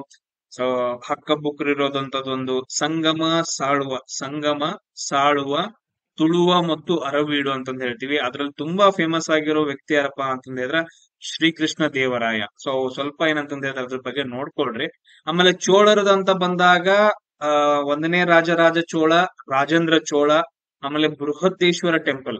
ಬೃಹದೇಶ್ವರ ಟೆಂಪಲ್ ಏನಂತಂದ್ ಹೇಳಿದ್ರೆ ಬಹಳ ಇಂಪಾರ್ಟೆಂಟ್ ಆಗುತ್ತೆ, ನೋಡ್ಕೊಳ್ರಿ. ನಾನು ಉಳಿದು GK ಮಾಡುವಾಗ ನಾನು ಕ್ವಶನ್ ನಿಮ್ಗೆ ಆನ್ಸರ್ಸ್ ಗಳನ್ನ ನಾನು ಹೇಳ್ಕೊಟ್ಟಿರ್ತೀನಿ. ಆಮೇಲೆ ನೆಕ್ಸ್ಟ್ ಕ್ವಶನ್ ನೋಡ್ರಿ, ನೆಕ್ಸ್ಟ್ ಕ್ವಶನ್ ಪ್ರಧಾನ ಮಂತ್ರಿ ಉಜ್ವಲ ಯೋಜನೆ ಅಂತಂದ್ ಹೇಳಿ ಬರುತ್ತೆ. ಪ್ರಧಾನ ಮಂತ್ರಿ ಉಜ್ವಲ ಯೋಜನೆ. ಉಜ್ವಲ ಅಂತಂದ್ ಹೇಳಿದ್ರೆ ಬೆಳಕು. ಉಜ್ವಲ ಅಂತಂದ್ ಹೇಳಿದ್ರೆ ಕನ್ನಡದಾಗ ಬೆಳಕು. ಸೊ ಪ್ರಧಾನ ಮಂತ್ರಿ ಉಜ್ವಲ ಯೋಜನೆ ಯಾವ್ದಕ್ ಸಂಬಂಧಪಟ್ಟೈತಿ ಅಂತ ಕ್ವಶನ್ ಕೇಳಿದ್ರೆ BPL ಮಹಿಳೆಯರಿಗೆ LPG. ಸೊ LPG ಸಂಪರ್ಕ. ನನಗೆ ಹೇಳ್ರಿ, LPG ಗ್ಯಾಸ್ ಐತಲ್ಲ, ಸೊ ಅದ್ರಲ್ಲಿ ಯಾವ ಗ್ಯಾಸ್ ಅನ್ನ ತುಂಬ್ತಾರ ಅಂತ ನನ್ಗೆ ಹೇಳಿ, LPG ಒಳಗಡೆ ಯಾವ ಗ್ಯಾಸ್ ತುಂಬ್ತಾರ. ಸೊ BPL ಮಹಿಳೆಯರಿಗೆ ಏನಂತಂದ್ ಹೇಳಿದ್ರೆ ಉಚಿತವಾಗಿ LPG ಗ್ಯಾಸ್ ಅನ್ನ ಕೊಡೋದು, ಆಮೇಲೆ ವಿದ್ಯುತ್ ವಿತರಣೆ ಮಾಡೋದು, ಅಥವಾ ಬೆಂಬಲ ಸಪೋರ್ಟ್ ನಾಮಿನೇಷನ್ ಮಾಡೋದು, ಅಥವಾ ಪ್ರಾದೇಶಿಕ ಹಾರಾಟ ರೀಜನಲ್ ಫ್ಲೈಟ್ ಅಂತಂದ್ ಹೇಳಿದ್ರೆ ಎಲ್ಲಾ ಕಡೆಗೆ ಏರ್ಪೋರ್ಟ್ಗಳು ಎಲ್ಲಾ ಕಡೆಗೆ ಏನಂತಂದ್ ಹೇಳಿದ್ರೆ ವಿಮಾನ ಹಾರಾಟ ಮಾಡೋದು. ಸೊ ಇದ್ರಲ್ಲಿ ಯಾವ ಆಪ್ಷನ್ ಕರೆಕ್ಟ್ ಆಗತ್ತ ನೋಡ್ರಿ. ಸೊ ಇದ್ರಲ್ಲಿ ಏನಪ್ಪಾ ಅಂತಂದ್ ಹೇಳಿದ್ರೆ ಉಜ್ವಲ ಯೋಜನೆ ಯಾವ್ದಕ್ ಸಂಬಂಧಪಟ್ಟ. ಎಸ್ ನೋಡ್ರಿ, ಇಲ್ಲೊಂದು ಇದು ಹೇಳಿದ್ನಲ್ಲ ಉಜ್ವಲ ಅಂತಂದ್ ಹೇಳಿದ್ರೆ ಬೆಳಕು ಅಂತ, ಇನ್ನೊಂದು ಬೆಂಕಿ ಅಂತಾನು ಹೇಳ್ತೀವಿ. ಬೆಂಕಿ ಮೊದ್ಲೆಲ್ಲ ಒಲೆಗಳಲ್ಲಿ ಏನಂತಂದ್ ಹೇಳಿದ್ರೆ ಕಟ್ಟಿಗೆಗಳನ್ನ ಯೂಸ್ ಮಾಡಿ ಅಡಿಗೆ ಮಾಡ್ತಿದ್ರಲ್ಲ. ಸೊ ಅದೆಲ್ಲ ಕಡಿಮೆ ಆಗ್ಲಿ ಅಂತಂದ್ ಹೇಳಿ ಇವಾಗ ಏನ್ ಮಾಡಿದ್ರಪ್ಪ ಅಂತಂದ್ ಹೇಳಿದ್ರೆ BPL ಕಾರ್ಡ್ ಇರೋ ಮಹಿಳೆಯರಿಗೆ ಏನ್ ಮಾಡ್ತಿದಾರ ಅಂತಂದ್ ಹೇಳಿದ್ರೆ ಉಚಿತವಾಗಿ LPG ಅನ್ನ ಕೊಡ್ತಿದ್ರ. ಆಪ್ಷನ್ ಎ ಕರೆಕ್ಟ್ ಆಗತ್ತ. ಎಲ್ರಿಗೂ ಕ್ಲಿಯರ್? ಸೊ LPG ಅಲ್ಲಿ ಯಾವ ಗ್ಯಾಸ್ ಇರುತ್ತೆ ಅಂತ ಕ್ವಶನ್ ಕೇಳಿದ್ರೆ. ಆಮೇಲೆ ನೆಕ್ಸ್ಟ್ ನೋಡ್ರಿ, ಗೋಬರ್ ಗ್ಯಾಸ್. ಗೋಬರ್ ಗ್ಯಾಸ್ ಅಲ್ಲಿ ಯಾವ ಗ್ಯಾಸ್ ಇರುತ್ತಪ್ಪ ಅಂತಂದ್ ಹೇಳಿದ್ರೆ ಜಾಸ್ತಿ ಮೀಥೇನ್ ಗ್ಯಾಸ್ ಇರುತ್ತೆ. ಅಂದ್ರೆ ನಿಮ್ ತಿಪ್ಪೆ ಒಳಗಡೆ ಆಮೇಲೆ ಸಗಣಿಯಿಂದ ಮಾಡಿರ್ತಾರಲ್ಲ ಗೋಬರ್ ಗ್ಯಾಸ್, ಅದ್ರಲ್ಲೆಲ್ಲ ಏನಪ್ಪಾ ಅಂತಂದ್ ಹೇಳಿದ್ರೆ ಮೀಥೇನ್ ಗ್ಯಾಸ್ ಜಾಸ್ತಿ ಇರುತ್ತೆ. ಸೊ CH4 ಅಂತಂದ್ ಹೇಳ್ತೀವಿ. ಮೀಥೇನ್ದು ರಾಸಾಯನಿಕ ಫಾರ್ಮುಲಾ ಏನಂತಂದ್ ಹೇಳಿದ್ರೆ CH4 ಅಂತಂದ್ ಹೇಳ್ತೀವಿ. ಕ್ಲಿಯರ್ ಎಲ್ರಿಗೂ? ಆಮೇಲೆ ನೆಕ್ಸ್ಟ್ ನೋಡ್ರಿ, ದಾದಾಬಾಯಿ ನವರೋಜಿ ಅವ್ರು ಏನ್ ಮಾಡ್ತಾರಪ್ಪ ಅಂತಂದ್ ಹೇಳಿದ್ರೆ ಈಸ್ಟ್ ಇಂಡಿಯಾ ಅಸೋಸಿಯೇಷನ್ ಅಂತಂದ್ ಹೇಳ್ಬಿಟ್ಟು, ಈಸ್ಟ್ ಇಂಡಿಯಾ ಅಸೋಸಿಯೇಷನ್ ಅಂತಂದ್ ಹೇಳಿ ಒಂದು ಸಂಘವನ್ನ ಕಟ್ತಾರ. ಸೊ ಅವ್ರು ಎಲ್ಲಿ ಆ ಸಂಘವನ್ನ ಕಟ್ತಾರ ಅಂತಂದ್ ಹೇಳಿ ನಮ್ಗ ಕ್ವಶನ್ ಅನ್ನ ಕೇಳಿದಾರೆ. ಎಸ್, ಎಲ್ಲಿ ಕಟ್ತಾರ ನೋಡ್ರಿ, ನ್ಯೂಯಾರ್ಕ್ ಒಳಗಡೆನ, ಬರ್ಲಿನ, ಬಂಗಾಳ, ಲಂಡನ್. ಎಲ್ಲಿ ಕಟ್ತಾರ? ತುಂಬಾ ಇಂಪಾರ್ಟೆಂಟ್, ಲಂಡನ್ ಒಳಗಡೆ ಈಸ್ಟ್ ಇಂಡಿಯಾ ಅಸೋಸಿಯೇಷನ್ ಅನ್ನ ಪ್ರಾರಂಭ ಮಾಡ್ತಾರ. ಇಲ್ಲಿ ನೋಡ್ರಿ, ಬಂಗಾಳ ಅಂದ ತಕ್ಷಣ ನಮ್ಗೆ ತಲೆಯಾಗ ನೆನಪು ಬರೋದೇನಪ್ಪಾ ಅಂತಂದ್ ಹೇಳಿದ್ರೆ 1905 ಬಂಗಾಳದ ವಿಭಜನೆ ಅಂತಂದ್ ಹೇಳ್ಬಿಟ್ಟು. 1905 ಬಂಗಾಳದ ವಿಭಜನೆ. ಈ ಬಂಗಾಳದ ವಿಭಜನೆಯನ್ನ ಮಾಡಿದಂತಹ ಒಬ್ಬ ಗವರ್ನರ್ ಯಾರು? ಸೊ ಅದನ್ನ ನಮಗ್ ಮೆಸೇಜ್ ಹಾಕ್ಬೇಕು ನೋಡ್ರ. ತುಂಬಾ ಈಸಿ ಆಗಿರೋದು ನಾನು ಹೇಳಂಗಿಲ್ಲ, ನೆನಪು ಮಾಡ್ಕೊಡ್ತೀನಿ. ಅದನ್ನ ನೀವು ಪ್ರತಿಯೊಬ್ಬರು ಮೆಸೇಜ್ ಹಾಕ್ಬೇಕು. ಸೊ ಆಸ್ ಅ ಗುರು ಆಗಿ ನಾ ಅದನಿ, ನೀವು ಸ್ಟೂಡೆಂಟ್ಸ್ ಗಳಾಗಿ, ವಿದ್ಯಾರ್ಥಿಗಳಾಗಿ ನೀವ್ ಎಷ್ಟು ಪ್ರಾಮಾಣಿಕತೆಯಿಂದ ನೀವು ಕೇಳ್ತಿರೋದು ನನಗೆ ಇಂಪಾರ್ಟೆಂಟ್. ಇಲ್ಲ ನಾನ್ ಬಿಟ್ಬಿಡ್ತಾನೆ, ನೀವು ಬೇರೆ ಎಲ್ಲಾದ್ರೂ ನೋಡ್ಕೊಳ್ರಿ ಅಷ್ಟೇ. ಸೊ ಕೇಳಿದಕ್ಕೆ ಆನ್ಸರ್ಸ್ ಗಳನ್ನ ಹಾಕಿ, ಬಹಳ ಚಂದ ಅಂದ್ರೆ ನೆನ್ಪುಳಿತಾವ ನಿಮ್ಗೆ. ನಾನು ಇವಾಗ ಹೇಳ್ತಿದ್ದೀನಿ. ಕ್ಲಿಯರ್ ಎಲ್ರಿಗೂ? ಬಂಗಾಳದ ವಿಭಜನೆ ಮಾಡಿದಂತಹ ಒಬ್ಬ ಗವರ್ನರ್. ಸೊ 1905ರಲ್ಲಿ ಬಂಗಾಳದ ವಿಭಜನೆ ಅಂತ ಬಂಗಾಳವನ್ನ ಎರಡು ಭಾಗಗಳಾಗಿ, ಒಂದು ಭಾಗದಲ್ಲಿ ಹಿಂದೂಗಳಿಗೆ, ಇನ್ನೊಂದು ಭಾಗದಲ್ಲಿ ಏನಪ್ಪಾ ಅಂತಂದ ಹೇಳಿದ್ರೆ ಮುಸ್ಲಿಮರಿಗೆ ಕೊಡ್ತಾರ. ಅದ ಇವಾಗ ಏನಂತಂದ ಹೇಳಿದ್ರೆ ಬಾಂಗ್ಲಾದೇಶ ಆಗಿದೆ. ಸಿಂಪಲ್ ಆಗಿ 1905ರಲ್ಲಿ ಬಂಗಾಳ. ಆಮೇಲೆ ನೆಕ್ಸ್ಟ್ ನೋಡ್ರಿ, ನ್ಯೂಯಾರ್ಕ್ ಸಿಟಿ. ನ್ಯೂಯಾರ್ಕ್ ಬಹಳ ಅಂದ್ರೆ ಬಹಳ ಇಂಪಾರ್ಟೆಂಟ್. UNO ಅಂತಂದ್ ಹೇಳ್ತೀವಲ್ಲ, ವಿಶ್ವಸಂಸ್ಥೆ, ಯುನೈಟೆಡ್ ನೇಷನ್ಸ್ ಆಫ್ ಆರ್ಗನೈಸೇಷನ್, ವಿಶ್ವಸಂಸ್ಥೆ. ಸೊ ಇದ್ರದ್ದು ಹೆಡ್ ಕ್ವಾರ್ಟರ್ಸ್ ಎಲ್ಲಪ್ಪಾ ಅಂತಂದ ಹೇಳಿದ್ರೆ ನ್ಯೂಯಾರ್ಕ್ ಒಳಗಡೆ ಐತೆ. ವಿಶ್ವಸಂಸ್ಥೆಯ ಹೆಡ್ ಕ್ವಾರ್ಟರ್ಸ್ ಎಲ್ಲೈತೆ ನ್ಯೂಯಾರ್ಕ್ ಒಳಗಡೆ. ಅದು ಕೂಡ ಯಾವಾಗ ಸ್ಥಾಪನೆ ಆತಂತಂದ್ರೆ ಎರಡನೇ ಮಹಾಯುದ್ಧ ಆದ ನಂತರ 1945 ಅಕ್ಟೋಬರ್ 24ನೇ ತಾರೀಕಿನಪ್ಪಾ ಅಂತಂದ ಹೇಳಿದ್ರೆ ವಿಶ್ವಸಂಸ್ಥೆಯನ್ನ ಸ್ಥಾಪನೆ ಮಾಡ್ತಾರ. ಇಷ್ಟು ನೆನ್ಪಿಟ್ಕೊಳಕು. ವಿಶ್ವಸಂಸ್ಥೆ ಬಗ್ಗೆ ನಾವು ನೋಡ್ಕೊಳ್ಳೋಣ ಆಮೇಲೆ. ಅದರಲ್ಲಿ ಸೊ 5 ಏನಪ್ಪಾ ಅಂತಂದ ಹೇಳಿದ್ರ ಕಾಯಂ ಸದಸ್ಯರು ಬರ್ತಾರ. ಸೊ ಉಳ್ದವ್ರಲ್ಲ ಏನಂತಂದ ಹೇಳಿದ್ರೆ ಚೇಂಜಸ್ ಆಗ್ತಾ ಇರ್ತಾರ. ಅವೆಲ್ಲ ಬರ್ತಾವ, ಅವುಗಳನ್ನ ನೋಡೋಣ. ಅವ್ರಿಗೆ ವಿಟೋ ಪವರ್ ಇರುತ್ತ ಅಂತಂದ್ ಹೇಳ್ತಾರೆ. ಆಮೇಲೆ ನೆಕ್ಸ್ಟ್ ನೋಡ್ರಿ, ಕೊಲೈಡ್ ಅಂತಂದ್ ಹೇಳಿ ಬರುತ್ತೆ. ಕೊಲೈಡ್ ತುಂಬಾ ಇಂಪಾರ್ಟೆಂಟ್. ಕೊಲೈಡ್ ಸೊ ಹಿಂಗಂದ್ರೆ ಏನ್, ಅದೊಂದು ಟರ್ಮ್, ಸೈನ್ಸ್ ಟರ್ಮ್ ಅಷ್ಟೇ. ಬಹಳ ಟೆನ್ಷನ್ ತೊಗೊಳಕ್ ಹೋಗ್ಬಿಡ್ರಿ. ಹಂಗಂದ್ರೆ ಏನ ಅಂತಂದ್ ಹೇಳಿ, ಕೊಲೈಡ್ ಅನ್ನೋದೇನಪ್ಪಾ ಅಂತಂದ್ ಹೇಳಿದ್ರೆ ಒಂದು ಸೈನ್ಸ್ ಟರ್ಮ್. ಇದೇನಂತಂದ್ ಹೇಳಿದ್ರೆ, ಕೊಲೈಡ್ ಅಂತಂದ್ ಹೇಳಿದ್ರೆ ಸೈನ್ಸ್ ಒಳಗಡೆ ಅಲ್ಟರ್ನೇಟ್ ಮಿಕ್ಸಿಂಗ್ ಅಂತಂದ್ ಹೇಳ್ತೀವಿ. ಕನ್ನಡದಾಗ ಪರ್ಯಾಯ ಮಿಶ್ರಣ.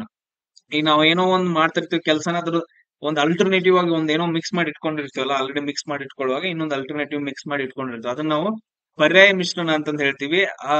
ಇದ್ರ ಬಗ್ಗೆ ನಾನು ಹೇಳ್ತೀನಿ. ಹೋಮೋಜಿನಿಯಸ್ ಮಿಕ್ಚರ್ ಅಂದ್ರೆ ಏನು, ಹಿಟ್ರೋಜಿನಿಯಸ್ ಮಿಕ್ಚರ್ ಅಂದ್ರೆ ಏನು, ಅದನ್ನೆಲ್ಲ ಹೇಳ್ತೀನಿ. ಅಂದ್ರೆ ಇವಾಗ ನೀವು ನೀರಿನಲ್ಲಿ ಏನಪ್ಪಾ ಅಂತಂದ್ ಹೇಳಿದ್ರೆ ಏನಾದ್ರು ಒಂದ್ ಹಾಕಿರಿ ಅಂತಂದ್ ಹೇಳಿದ್ರೆ, ಅದು ಈಗ ನೋಡ್ರಿ ಹಾಲಿರುತ್ತ, ಹಾಲಿನಲ್ಲಿ ನೀರ್ ಹಾಕ್ತಿರಿ, ಅವಾಗ ಹಾಲ ಏನಂತಂದ್ ಹೇಳಿದ್ರೆ ಕಾಣಿಸುತ್ತೆ, ಬಟ್ ಅದ್ರ ನೀರ್ ಕಾಣಿಸಂಗಿಲ್ಲ. ಸೊ ಅದು ಹಿಟ್ರೋಜಿನಿಯಸ್ ಮಿಕ್ಚರ್ ಅಥವಾ ಹೋಮೋಜಿನಿಯಸ್ ಮಿಕ್ಚರ್ ಅಂತಂದ್ ಹೇಳಿ ಟೈಪ್ಸ್ ಬರ್ತಾವ. ಅದನ್ನ ನಾನು ಹೇಳ್ತೀನಿ ಅವಾಗ. ಜಸ್ಟ್ ಇದನ್ನೊಂದು ನೆನ್ಪಿಟ್ಕೊಡ್ರಿ ಅಷ್ಟೇ.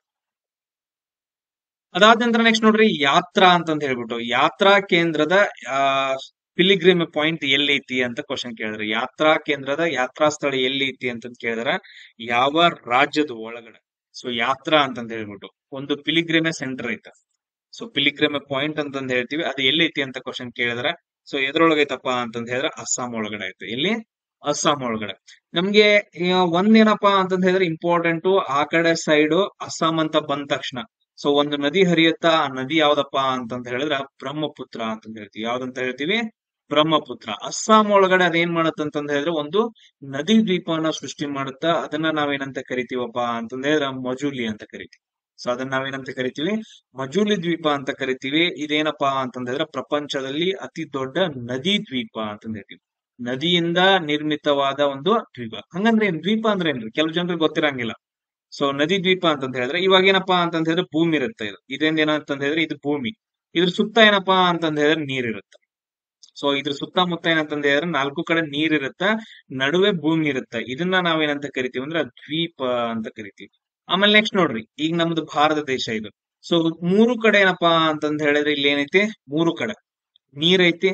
ಬಟ್ ಆದ್ರೆ ಒಂದ್ ಕಡೆ ಏನಪ್ಪಾ ಅಂತಂದ ಹೇಳಿದ್ರೆ ಈ ಕಡೆ ಸೈಡ್ ಏನಂತಂದ ಹೇಳಿದ್ರೆ ಭೂಮಿ ಐತೆ. ಇದನ್ನ ನಾವೇನಂತ ಕರಿತೀವಿ ಅಂದ್ರೆ ಪರ್ಯಾಯ ದ್ವೀಪ ಅಂತ ಕರಿತೀವಿ. ಪರ್ಯಾಯ ದ್ವೀಪ, 3 ಕಡೆ ನೀರು, ಸೊ ಒಂದ್ ಕಡೆ ಭೂಮಿ ಇತ್ತಂದ್ರೆ ಅದು ಪರ್ಯಾಯ ದ್ವೀಪ. ಸೊ 4 ಕಡೆ ನೀರಿತ್ತು ಅಂತಂದ ಹೇಳಿದ್ರೆ ಅದನ್ನ ನಾವು ಜಸ್ಟ್ ದ್ವೀಪ ಅಂತ ಕರಿತೀವಿ. ಈ ಪಾಯಿಂಟ್ ಗಳನ್ನ ನೀವು ನೆನ್ಬಿಡ್ಬೇಕು. ಕ್ಲಿಯರ್ ಎಲ್ರಿಗೂ? ಎಸ್.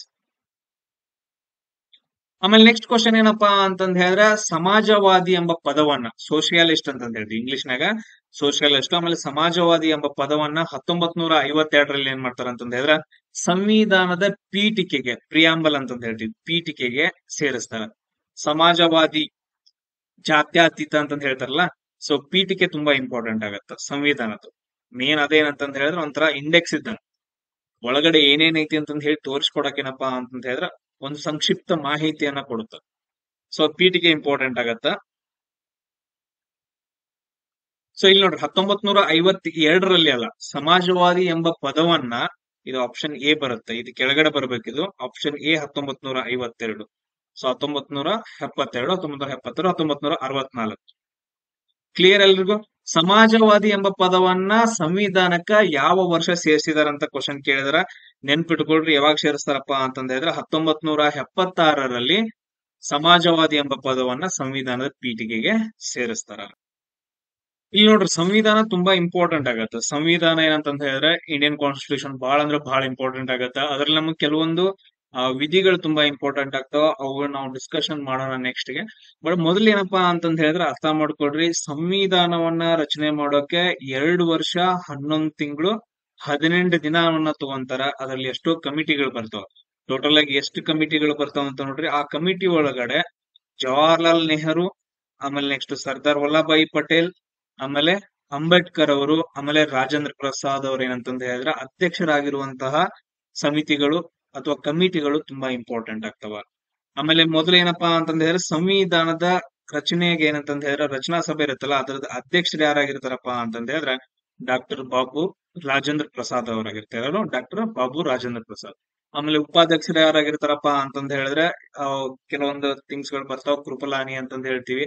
ಅವುಗಳನ್ನೆಲ್ಲ ಆಮೇಲೆ ಡಿಸ್ಕಷನ್ ಮಾಡೋಣ. ಒಂದು ಸಂಕ್ಷಿಪ್ತವಾಗಿ ಒಂದು ಮಾಹಿತಿಯನ್ನ ನೆನ್ಪಿಟ್ಕೊಳ್ರಿ. ಇದು ಯಾವಾಗ ಜಾರಿಗೆ ಬಂತು ನಮ್ ಸಂವಿಧಾನ? ಸೊ 1950 ಜನವರಿ 26ನೇ ತಾರೀಕು. ಜನವರಿ 26ನೇ ತಾರೀಕಿನಪ್ಪ ಅಂತಂದ ಹೇಳಿದ್ರೆ ಸಂವಿಧಾನ ಜಾರಿಗೆ ಬರುತ್ತೆ. ಅದನ್ನ ನಾವು ಗಣರಾಜ್ಯೋತ್ಸವ ದಿನ ಅಂತಂದೇಳಿ ಹೇಳ್ತೀವಿ. ಇಷ್ಟು ಪಾಯಿಂಟ್ಸ್ ಗಳನ್ನ ನೀವು ಇದರಲ್ಲಿ ನೆನ್ಪಿಟ್ಕೊಳ್ಬೇಕು. ಆಮೇಲೆ ನೆಕ್ಸ್ಟ್ ನೋಡ್ರಿ, ಸೊ ಮೊದಲ ದುಂಡು ಮೇಜಿನ ಪರಿಷತ್ತು ಅಂತಂದ ಹೇಳ್ತೀವಿ, ರೌಂಡ್ ಟೇಬಲ್ ಕಾನ್ಫರೆನ್ಸ್ ಅಂತಂದ ಹೇಳ್ತೀವಿ. ಇದು ಯಾವಾಗ ನಡೀತು ಅಂತಂದ ಹೇಳಿ ನಮ್ಗೆ ಏನ್ ಮಾಡಿದಾರ ಅಂದ್ರೆ ಕ್ವಶನ್ ಅನ್ನ ಕೇಳಿದಾರ. ಸೊ ಯಾವಾಗ ನಡೆಯುತ್ತೆ ಮೊದಲ ದುಂಡು ಮೇಜಿನ ಪರಿಷತ್ತು? ಸೊ ಟೋಟಲ್ ಆಗಿ ಏನಂತಂದ ಹೇಳಿದ್ರೆ 3 ದುಂಡು ಮೇಜಿನ ಪರಿಷತ್ತುಗಳು ನಡೀತಾವ, ಅಂದ್ರೆ ರೌಂಡ್ ಟೇಬಲ್ ಕಾನ್ಫರೆನ್ಸ್ ಗಳು ನಡೀತಾವ. ಸೊ 1930ರಿಂದ ಹಿಡ್ಕೊಂಡು 1932ರವರೆಗೂ ಒಂದು ಆ ಟೈಮ್ ಅಲ್ಲಿ ನಮ್ಗೆ ಇಲ್ಲಿ ಮೊದಲ ದುಂಡು ಮೇಜಿನ ಸಮ್ಮೇಳನ ಯಾವಾಗ ನಡೆಯುತ್ತೆ ಅಂತಂದ ಹೇಳಿದ್ರೆ 1930ರಲ್ಲಿ ನಡೆಯುತ್ತೆ. ಸೊ ಇದೇ ಟೈಮ್ ಅಲ್ಲಿ ಏನಂತಂದ ಹೇಳಿದ್ರೆ ಮಹಾತ್ಮ ಗಾಂಧೀಜಿ ಅವರು ಒಂದು ಚಳುವಳಿಯನ್ನ ಸ್ಟಾರ್ಟ್ ಮಾಡಿರ್ತಾರ. ಅದನ್ನ ನಾವೇನಂತ ಕರಿತೀವಿ ಅಂದ್ರೆ ಕಾನೂನು ಭಂಗ ಚಳುವಳಿ ಅಥವಾ ದುಂಡು ಮೇಜ್ ದಂಡಿ ಸತ್ಯಾಗ್ರಹ ಅಂತ ಹೇಳ್ತೀವಿ. ದಂಡಿ ಸತ್ಯಾಗ್ರಹ ಇದೇ ಟೈಮ್ ಅಲ್ಲಿ ಏನಂತಂದ ಹೇಳಿದ್ರೆ ಚಳುವಳಿಯನ್ನು ಕೂಡ ಏನಂತಂದ ಹೇಳಿದ್ರೆ ಸ್ಟಾರ್ಟ್ ಮಾಡಿರ್ತಾರೆ. ಯಾರು? ಮಹಾತ್ಮ ಗಾಂಧೀಜಿಯವರು. ಸೊ ಟೋಟಲ್ ಆಗಿ 3 ದುಂಡು ಮೇಜಿನ ಸಮ್ಮೇಳನಗಳು ಬರ್ತಾವ. ಒಂದು 1930ರಲ್ಲಿ ನಡೀತು. ಆಮೇಲೆ ಸೆಕೆಂಡ್ ಮತ್ತು 3ನೇದು ಯಾವಾಗ ನಡೆಯುತ್ತೆ ಅಂತಂದ ಹೇಳಿ ನನಗ ನೀವು ಮೆಸೇಜ್ ಹಾಕ್ರಿ. ಆಮೇಲೆ ನೆಕ್ಸ್ಟ್ ಕ್ವಶನ್ ನೋಡ್ರಿ, ಸೊ ಭಾರತದ ಸಂವಿಧಾನದಲ್ಲಿ ಸೊ ಯಾವ ಕಾನೂನನ್ನ ದೇಶದ ಅತ್ಯುನ್ನತ ಕಾನೂನು ಅಂತಂದ ಹೇಳಿ ಕರೀತಾರ. ಸೊ ಕಾನೂನು ಮತ್ತೆ ಬರ್ತಾನೆ ಅಂತಂದ ಹೇಳಿದ್ರೆ ತುಂಬಾ ಡಿಫ್ರೆಂಟ್ ಆಗಿ ಬರ್ತಾವ ಲಾಗಳು. ಸೊ ಅದ್ರಲ್ಲಿ ತುಂಬಾ ಹೈಯೆಸ್ಟ್ ದೇಶದ ಅತ್ಯುನ್ನತ ಕಾನೂನು ಯಾವುದು ಅಂತಂದ ಹೇಳಿ ನಮ್ಗ ಕ್ವಶನ್ ಅನ್ನ ಕೇಳಿದಾರ. ಸೊ ಇದ್ರಲ್ಲಿ ಯಾವ್ದನ್ನ ಹೇಳ್ತೀವಿ ನಾವು?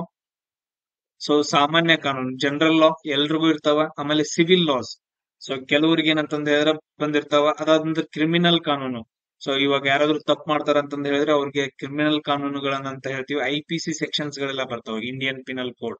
ಆಮೇಲೆ ಸಂವಿಧಾನಿಕ ನಿಯಮಗಳು, ಕಾನ್ಸ್ಟಿಟ್ಯೂಷನಲ್ ರೂಲ್ ಅಂತಂದ್ ಹೇಳ್ಬಿಟ್ಟು.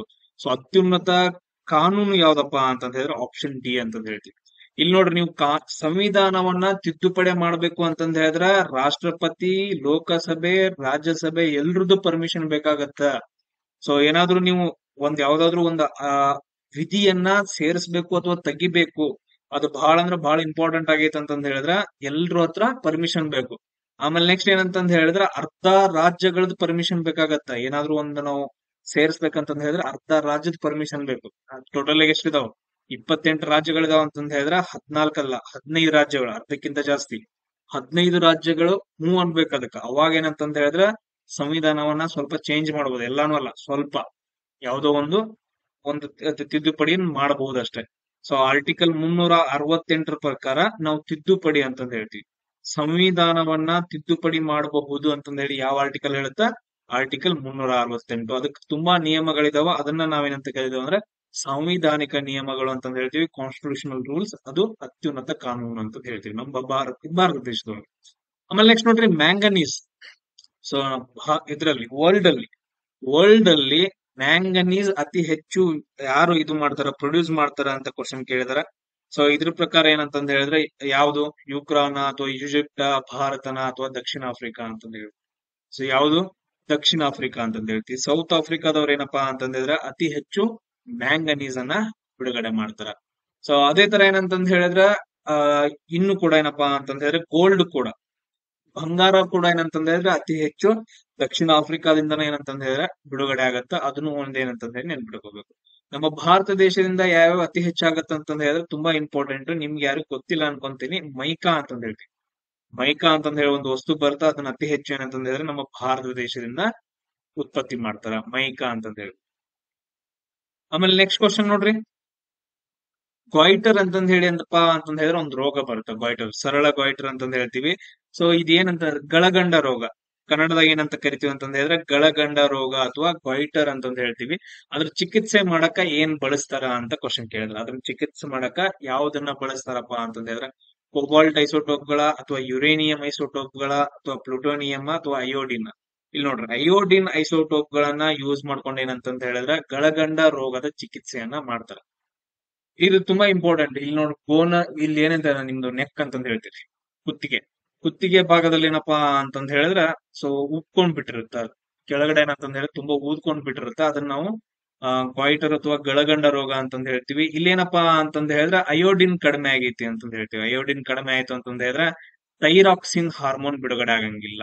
ಥೈರಾಯ್ಡ್ ಗ್ರಂಥಿ ಅಂತಂದ್ ಹೇಳ್ತೀವಿ, ಥೈರಾಕ್ಸಿನ್ ಹಾರ್ಮೋನ್ ಬಿಡುಗಡೆ ಆಗಂಗಿಲ್ಲ. ಆ ಟೈಮಲ್ಲಿ ಏನಂತಂದ್ ಹೇಳಿದ್ರೆ ಗಳಗಂಡ ರೋಗ ಬರುತ್ತೆ. ಇಲ್ಲಿ ನಮಗ್ ತುಂಬಾ ಇಂಪಾರ್ಟೆಂಟ್ ಕೆಲವೊಂದು ವಿಟಾಮಿನ್ಸ್ ಬರ್ತವೆ. ವಿಟಾಮಿನ್ ಎ ಕಡಿಮೆ ಆಯ್ತು ಅಂತಂದ್ ಹೇಳಿದ್ರೆ ಯಾವ ರೋಗ ಬರುತ್ತಾ? ರಾತ್ರಿ ಕಣ್ ಕಾಣಿಸಂಗಿಲ್ಲ, ರಾತ್ರಿ ಗುರುಡುತನ ಅಂತಂದ್ ಹೇಳ್ತೀವಿ, ರಾತ್ರಿ ಗುರುಡುತನ.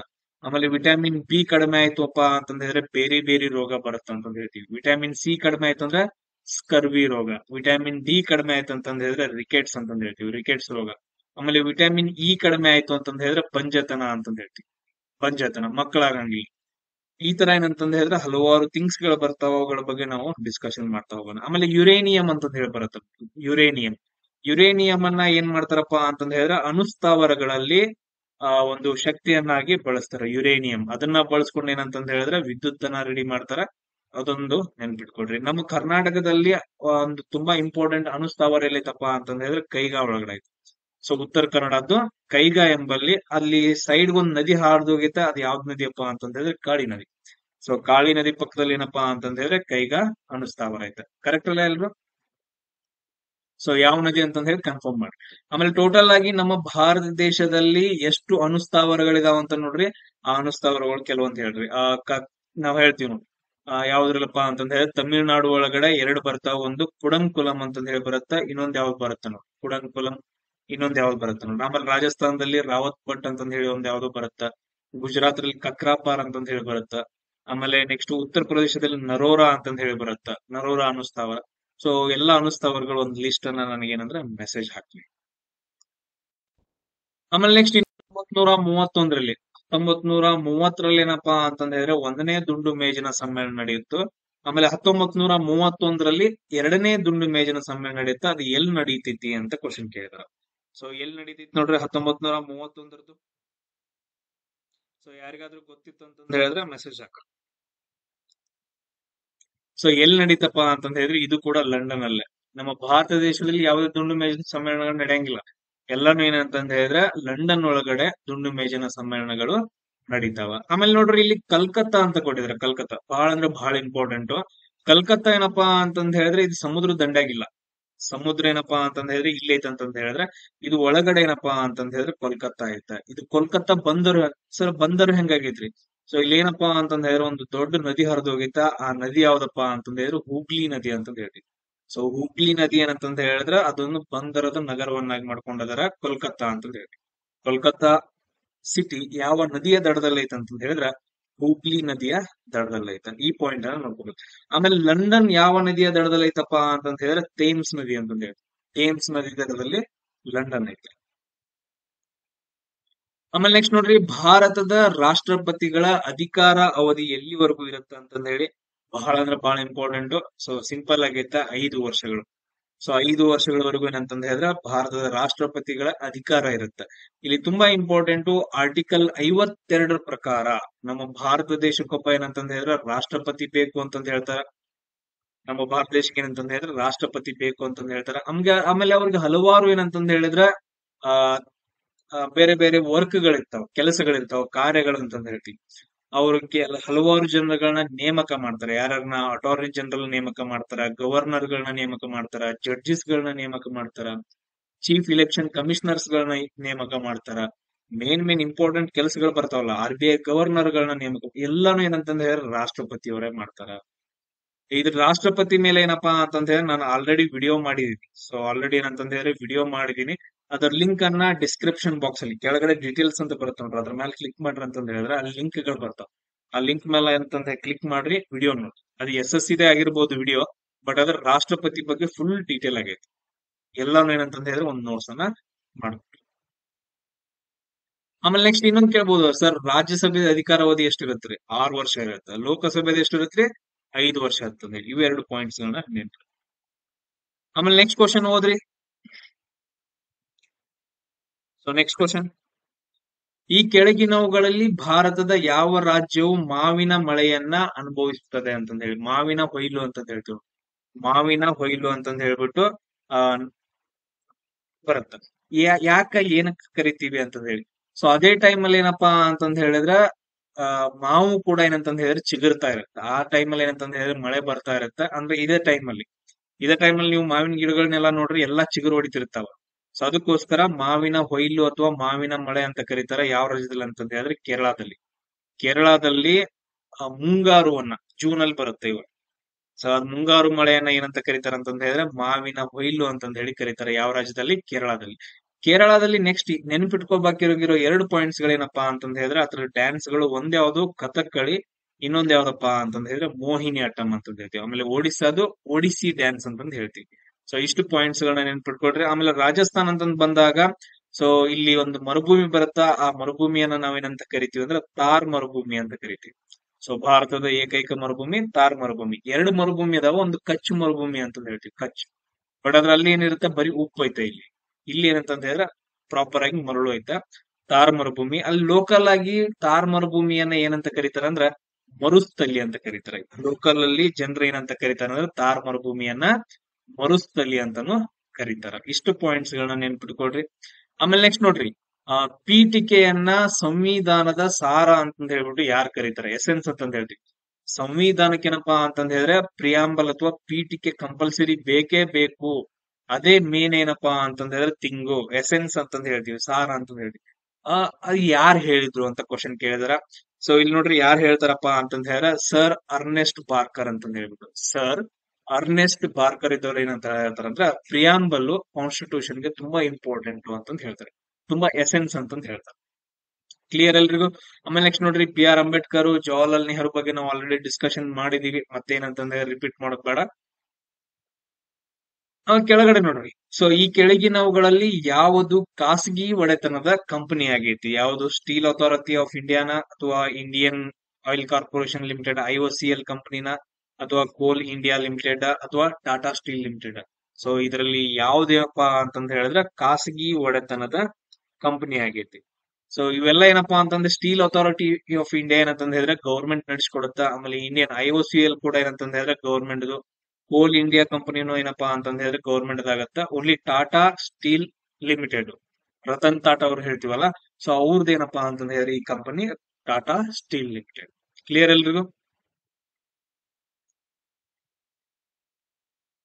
ಆಮೇಲೆ ನೆಕ್ಸ್ಟ್ ಕ್ವಶನ್ ನೋಡ್ರಿ, ಈ ಕೆಳಗಿನವುಗಳಲ್ಲಿ ಯಾವ ಮಣ್ಣಿನ ಆರ್ದ್ರತೆ ಏನಪ್ಪಾ ಅಂತಂದ ಹೇಳಿದ್ರೆ ಪುನರುಜ್ಜೀವನ ರೂಪದಲ್ಲಿ ಕರಿತೀವಿ ಅಂತಂದ ಹೇಳ್ಬಿಟ್ಟು. So soil humidity. So form of renaissance ಅಂತಂದ ಹೇಳ್ತೀವಿ. ಸೊ ಅದೇನಂತಂದ್ರೆ ಕಂಟಿನ್ಯೂಸ್ ಆಗಿ ಪುನರುಜ್ಜೀವನ ಆಗ್ತಾನೆ ಇರುತ್ತೆ ಮಣ್ಣಿನ ಆರ್ದ್ರತೆ. ಸೊ ಹ್ಯೂಮಿಡಿಟಿ ಅಂತಂದ ಹೇಳ್ತೀವಿ. ಯಾವುದು? ಸೊ ಇಲ್ಲಿ ನೋಡ್ರಿ, ಅದನ್ನೇನಂದ್ವಿ, ಕೃಷಿ ವಿಪತ್ತು ಅಂತ ಕರಿತೇವ, ಅಥವಾ ಸಾಮಾಜಿಕ ಆರ್ಥಿಕತೆ ಅಸಮರ್ಥತೆ ಅಂತ ಕರಿತೇವ, ಅಥವಾ ಹೈಡ್ರಾಲಿಕ್ ಅಸಾಮಾನ್ಯ ಪ್ರಕ್ರಿಯೆ ಅಂತ ಕರಿತೀವಿ, ಅಥವಾ ಹವಾಮಾನ ಸಂಬಂಧಿತ ಅಪಾಯ ಅಂತ ಕರಿತೀವಿ. ಇಲ್ಲಿ ನೋಡ್ರಿ, ನೀವೇನಪ್ಪಾ ಅಂತಂದ್ ಹೇಳಿದ್ರೆ ಸಿಂಪಲ್ ಆಗಿ ಅರ್ಥ ಮಾಡ್ಕೊಳ್ರಿ. ಹೊಲದಲ್ಲಿ ಏನಂತಂದ್ ಹೇಳಿದ್ರೆ ನೀರನ್ನ ಉಣ್ಸಿರ್ತೀವಿ. ಸೊ ಬೆಳೆಗಳು ಕರೆಕ್ಟ್ ಆಗಿ ಬರ್ತಾವ. ಸೊ ಆಮೇಲೆ ನೆಕ್ಸ್ಟ್ ಏನಾಗತ್ತ ಅಂದ್ರೆ ನೆಕ್ಸ್ಟ್ ಒಂದು 5-6 ದಿನ ಏನಪ್ಪಾ ಅಂತಂದ್ ಹೇಳಿದ್ರೆ ಆದ ನಂತರ ಬಿಸಿಲು, ಸೂರ್ಯನ ಬಿಸಿಲು ಏನಂತಂದ್ ಹೇಳಿದ್ರೆ ಜಾಸ್ತಿ ಇರುತ್ತೆ. ಆ ಟೈಮಲ್ಲಿ ಮಣ್ಣು ಏನಾಗತ್ತ ಅಂತಂದ್ ಹೇಳಿದ್ರೆ ಹಸಿ ಇರುತ್ತೆ. ಬಟ್ ಅದ್ರಲ್ಲಿ ಏನಾಗತ್ತ, ಎಲ್ಲಾ ಏನಪ್ಪಾ ಅಂತಂದ್ ಹೇಳಿದ್ರೆ ಒಣಗಿ ಹೋಗ್ಬಿಡುತ್ತೆ. ಅವಾಗ ಮಣ್ಣಿನ ಆರ್ದ್ರತೆ ಅಂತ ಹೇಳ್ತೀವಿ. ಅಂದ್ರೆ ಮಣ್ಣಿನಲ್ಲಿ ನೀರಿನ ಅಂಶ ಕಡಿಮೆ ಆಗ್ಬಿಡುತ್ತೆ ಸಡನ್ ಆಗಿ. ಅಂತದ್ನ ನಾವೇನಂತ ಕರಿತೀವಿ ಅಂದ್ರೆ ಕೃಷಿ ವಿಪತ್ತು ಅಥವಾ ಅಗ್ರಿಕಲ್ಚರ್ ಡಿಸಾಸ್ಟರ್ ಅಂತಂದ್ ಹೇಳ್ತೀವಿ. ಆಮೇಲೆ ನಾವು ಮಣ್ಣು ಅಂತ ಬಂತು ಅಂತಂದ್ ಹೇಳಿದ್ರೆ ತುಂಬಾ ಇಂಪಾರ್ಟೆಂಟ್. ಹಲವಾರು ಮಣ್ಣುಗಳು ಬರ್ತಾವ. ಅದ್ರಲ್ಲಿ ಮಣ್ಣು ಅಂತ ಬಂದಾಗ ಕೆಂಪು ಮಣ್ಣು, ಆಮೇಲೆ ಕಪ್ಪು ಮಣ್ಣು, red soil and black soil ತುಂಬಾ ಇಂಪಾರ್ಟೆಂಟ್ ಆಗುತ್ತೆ. ಸೊ ಕೆಂಪು ಮಣ್ಣು ಹೆಂಗ್ ಉತ್ಪತ್ತಿ ಆಗತ್ತ, ಯಾವ ಶಿಲೆಗಳ ಶಿಥಿಲೀಕರಣದಿಂದ ಉತ್ಪತ್ತಿ ಆಗತ್ತ ಅಂತ ಹೇಳ್ತೀವಿ. ಸೊ ತುಂಬಾ ಕಲ್ಲುಗಳು ಇರ್ತಾವ, ಅದೇನಂತ ಹಲವಾರು ವರ್ಷಗಳಾದ ನಂತರ ಸಣ್ಣ ಪುಡಿಯಾಗಿ ಮಣ್ಣಾಗೈತಿ ಅಂತ ಹೇಳ್ತೀವಿ, ಶಿಥಿಲೀಕರಣ ಅಂತ ಹೇಳ್ತೀವಿ. ಸೊ ಕೆಂಪು ಮಣ್ಣು ಯಾವ ಕಲ್ಲುಗಳಿಂದ ಅಂತಂದ ಹೇಳಿದ್ರೆ ಗ್ರಾನೈಟ್ ಕಲ್ಲುಗಳಿಂದ ಕೆಂಪು ಮಣ್ಣು ಉತ್ಪತ್ತಿ ಆಗೈತಿ. ಆಮೇಲೆ ಕಪ್ಪು ಮಣ್ಣು ಏನಪ್ಪಾ ಅಂತಂದ ಹೇಳಿದ್ರೆ ಬಸಾಲ್ಟ್, ಅಂದ್ರೆ ಕರಿಕಲ್ಲು ಅಂತಂದ ಹೇಳ್ತೀವಿ. ಬಸಾಲ್ಟ್ ಕರಿಕಲ್ಲು. ಸೊ ಬಸಾಲ್ಟ್ ಶಿಲೆಗಳ ಶಿಥಿಲೀಕರಣದಿಂದ ಕಪ್ಪು ಮಣ್ಣು. ಕೆಂಪಾಗಿ ಕಾಣಿಸಕ್ ಕಾರಣ ಏನಪ್ಪಾ ಅಂತಂದ ಹೇಳಿದ್ರೆ ಅದ್ರಲ್ಲಿ ಐರನ್ ಇರುತ್ತೆ. ಕಬ್ಬಿಣ ಇರೋದ್ರಿಂದ, ಕಬ್ಬಿಣದ ಅಂಶ ಇರೋದ್ರಿಂದ ಕೆಂಪು ಮಣ್ಣಾಗಿ ಕಾಣಿಸುತ್ತೆ. ಆಮೇಲೆ ಇದ್ರಲ್ಲಿ ಯಾವ್ದಿರುತ್ತಪ್ಪ ಅಂತಂದ ಹೇಳಿದ್ರೆ ಜಾಸ್ತಿ ಮ್ಯಾಗ್ನೇಸಿಯಮ್, ಆಮೇಲೆ ಅಲ್ಯೂಮಿನಿಯಂ ಜಾಸ್ತಿ ಇರುತ್ತೆ. ಕಪ್ಪು ಮಣ್ಣಿನಲ್ಲಿ ಮ್ಯಾಗ್ನೇಸಿಯಂ ಅಂಡ್ ಅಲ್ಯೂಮಿನಿಯಂ ಜಾಸ್ತಿ ಇರುತ್ತೆ. ಕಪ್ಪು ಮಣ್ಣು ಏನಂತಂದ ಹೇಳಿದ್ರೆ ಯಾವ ಬೆಳೆಗೆ ಸೂಕ್ತವಾಗೈತೆ, ಹತ್ತಿ ಬೆಳೆಯನ್ನ ಬೆಳೆಯೋಕೆ ಅತಿ ಸೂಕ್ತವಾಗೈತೆ. ಯಾಕಂದ್ರ ಅತಿ ಹೆಚ್ಚು ತೇವಾಂಶವನ್ನ ಹಿಡಿದಿಟ್ಟುಕೊಳ್ಳುವಂತಹ ಮಣ್ಣು ಯಾವ್ದಪ್ಪ ಅಂತಂದ ಹೇಳಿದ್ರೆ ಕಪ್ಪು ಮಣ್ಣು ಅಂತಂದ ಹೇಳ್ತೀವಿ. ಅತಿ ಹೆಚ್ಚು ತೇವಾಂಶವನ್ನ ಹಿಡಿದಿಟ್ಟುಕೊಳ್ಳುವಂತಹ ಸಾಯಿಲ್ ಯಾವ್ದಪ್ಪ ಅಂತಂದ ಹೇಳಿದ್ರ ಬ್ಲಾಕ್ ಸಾಯಿಲ್ ಅಂತ ಹೇಳಿ. ಅತಿ ಹೆಚ್ಚು ಯಾವ ರಾಜ್ಯದಲ್ಲಿ ಕಂಡು ಬರುತ್ತೆ ಅನ್ನೋದು ನನಗೆ ಹೇಳ್ಬಿಟ್ಟು. ಯಾವ ರಾಜ್ಯದಲ್ಲಿ ಅತಿ ಹೆಚ್ಚು ಕಂಡು ಬರುತ್ತೆ ಕಪ್ಪು ಮಣ್ಣು. ಆಮೇಲೆ ನೆಕ್ಸ್ಟ್ ನೋಡ್ರಿ, ಹರಿಜನ ಅಂತಂದ್ ಹೇಳ್ಬಿಟ್ಟು ಒಂದು ಪತ್ರಿಕೆಯನ್ನ, ನ್ಯೂಸ್ ಪೇಪರ್, ಮ್ಯಾಗಝಿನ್ ಅಂತಂದ್ ಹೇಳ್ತೀವಿ. ಹರಿಜನ ಅಂತಂದ್ ಹೇಳ್ಬಿಟ್ಟು ಒಂದು ಪತ್ರಿಕೆಯನ್ನ ಯಾರು ಪ್ರಕಟಿಸ್ತಾರ ಅಂತ ಕ್ವಶನ್ ಕೇಳಿದಾರೆ. ಯಾರು ನೋಡ್ರಿ? ಮಹಾತ್ಮ ಗಾಂಧಿನ, ಜವಾಹರ್ಲಾಲ್ ನೆಹರುನ, ಬಿ.ಆರ್. ಅಂಬೇಡ್ಕರ್ ಅಥವಾ ಜ್ಯೋತಿಬಾ ಫುಲೆನ. ನೋಡ್ರಿ, ಜ್ಯೋತಿಬಾ ಫುಲೆ ಬಗ್ಗೆ ನಿಮ್ಗೆ ಆಲ್ರೆಡಿ ಗೊತ್ತೈತ, ನಾನ್ ಹೇಳಂಗಿಲ್ಲ. ಸೊ ಅವ್ರ ಬಗ್ಗೆ ಏನ್ ಗೊತ್ತೈತಿ ಅಂತಂದ್ ಹಾಕ್ರಿ. ಸೊ ಇಲ್ಲಿ ಹರಿಜನ ಎಂಬ ಪತ್ರಿಕೆಯನ್ನ ಯಾರು ಬಿಡುಗಡೆ ಮಾಡ್ತಾರಪ್ಪ ಅಂತಂದ್ ಹೇಳಿದ್ರ ಮಹಾತ್ಮ ಗಾಂಧೀಜಿ ಅವರು ಸೊ ನ್ಯೂಸ್ ಪೇಪರ್ ಅನ್ನ ಪ್ರಕಟಣೆ ಮಾಡ್ತಾರ. ಆಮೇಲೆ ಮಹಾತ್ಮ ಗಾಂಧೀಜಿ ಅವ್ರ ಬಗ್ಗೆ ಏನಂತಂದ್ ಹೇಳಿದ್ರೆ ಹಲವಾರು ಚಳುವಳಿಗಳಿದಾವ. ಚಳುವಳಿಗಳ ಬಗ್ಗೆ ನಾನು ಆಲ್ರೆಡಿ ಕ್ಲಾಸ್ ಮಾಡಿದೀನಿ. ಆ ಕ್ಲಾಸ್ ಅನ್ನ ನಾನು ಹಾಕಿರ್ತೀನಿ, ಅದನ್ನ ನೋಡ್ರಿ GK. ಆಮೇಲೆ ನೆಕ್ಸ್ಟ್ ನಿಮ್ ಜೊತೆಗೂ ನಾನು ಡಿಸ್ಕಷನ್ ಮಾಡ್ತೀನಿ. ಬಹಳ ಅಂದ್ರೆ ಬಹಳ ಇಂಪಾರ್ಟೆಂಟ್. ಯಾವ ಅವರು 1915ರಾಗ ರಿಟರ್ನ್ ಭಾರತಕ್ಕೆ ಬರ್ತಾರ. ಚಂಪಾರಣ್ಯ ಸತ್ಯಾಗ್ರಹ ಮಾಡ್ತಾರ ಫಸ್ಟ್ ಗೆ.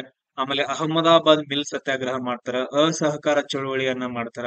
ನೆಕ್ಸ್ಟ್ ಕಾನೂನು ಭಂಗ ಚಳುವಳಿ, ಆಮೇಲೆ ದಂಡಿ ಸತ್ಯಾಗ್ರಹ 1942ರಲ್ಲಿ ಲಾಸ್ಟ್ ಭಾರತ ಬಿಟ್ಟು ತೊಲಗಿ ಅಥವಾ ಕ್ವಿಟ್ ಇಂಡಿಯಾ ಚಳುವಳಿ ಅಂತ ಹೇಳ್ತೀವಿ. ಸೊ ಇಷ್ಟು ಚಳುವಳಿಗಳು ತುಂಬಾ ಇಂಪಾರ್ಟೆಂಟ್ ಆಗ್ತಾವ. ಅದ್ರ ಬಗ್ಗೆ ನಾನು ಎಕ್ಸ್ಪ್ಲನೇಷನ್ ಕೊಟ್ಟಿದ್ದೀನಿ. ಒಂದು ವಿಡಿಯೋ ನಾನು ಡಿಸ್ಕ್ರಿಪ್ಷನ್ ಬಾಕ್ಸ್ ಅಲ್ಲಿ ನಿಮ್ಗೆ ಹಾಕಿರ್ತೀನಿ. ಆಮೇಲೆ ನೆಕ್ಸ್ಟ್ ಕ್ವಶನ್ ನೋಡ್ರಿ. ಸೊ ಅಲ್ಲಿ ನೋಡ್ರಿ, ಪವರ್ದ್ SI ಯೂನಿಟ್ ಯಾವುದು ಅಂತ ಕ್ವಶನ್ ಕೇಳಿದ್ರ. ಪವರ್ದ್ ಏನಪ್ಪಾ ಅಂತಂದ ಹೇಳಿದ್ರೆ SI ಯೂನಿಟ್ ಯಾವ್ದು ಅಂತಂದ್ ಕೇಳಿದ್ರ, ಸೊ ನಿಮ್ಗೆಲ್ರಿಗೂ ಗೊತ್ತೈತಿ ಯಾವ್ದ್ರಲ್ಲಿ ಅಳತೆ ಮಾಡ್ತಾರೆ ಪವರ್ ಅನ್ನ, ವ್ಯಾಟ್ ಅಲ್ಲಿ. ಸೊ ವ್ಯಾಟ್ಸ್ ಅಲ್ಲಿ ಏನಪ್ಪಾ ಅಂತಂದ್ ಹೇಳಿದ್ರೆ ಪವರ್ ಅನ್ನ ಅಳತೆ ಮಾಡ್ತಾರೆ. SI ಯೂನಿಟ್ಗಳು. ಸೊ ಲೆಂತ್ ಅಂತಂದ್ ಹೇಳಿ ಬರುತ್ತೆ, ಅದ್ರಲ್ಲಿ SI ಯೂನಿಟ್ ಏನು ಮೀಟರ್ ಅಂತಂದ್ ಹೇಳ್ತೀವಿ. ಟೈಮ್ ಏನಪ್ಪಾ ಅಂದ್ರೆ ಸೆಕೆಂಡ್ ಅಂತಂದ್ ಹೇಳ್ತೀವಿ. ಆಮೇಲೆ ನೆಕ್ಸ್ಟ್ ಅದೇ ತರ ಏನಪ್ಪಾ ಅಂತಂದ್ ಹೇಳಿದ್ರೆ ಮಾಸ್ ಏನಂದ್ರೆ KG ಅಂತಂದ್ ಹೇಳ್ತೀವಿ. ಇದು 3 ಬೇಸಿಕ್ ಇವು, ಬಹಳ ಅಂದ್ರೆ ಬಹಳ ಇಂಪಾರ್ಟೆಂಟ್. ಆಮೇಲೆ ಉಳ್ದದ್ದು ಏನಂತಂದ್ ಹೇಳಿದ್ರೆ ಬರ್ತಾವ. ಫೋರ್ಸ್ ಏನಂತ ಹೇಳ್ತೀವಿ, ನ್ಯೂಟನ್ ಅಂತಂದ್ ಹೇಳ್ತೀವಿ. ಸೊ ಒಂದು ಲಿಸ್ಟ್ ಅನ್ನ ಏನಂತಂದ್ರೆ ಮಾಡ್ಕೊಳ್ರಿ ಯಾವ್ಯಾವ ಗೊತ್ತಿದಾವ ಅಂತ ಹೇಳಿ.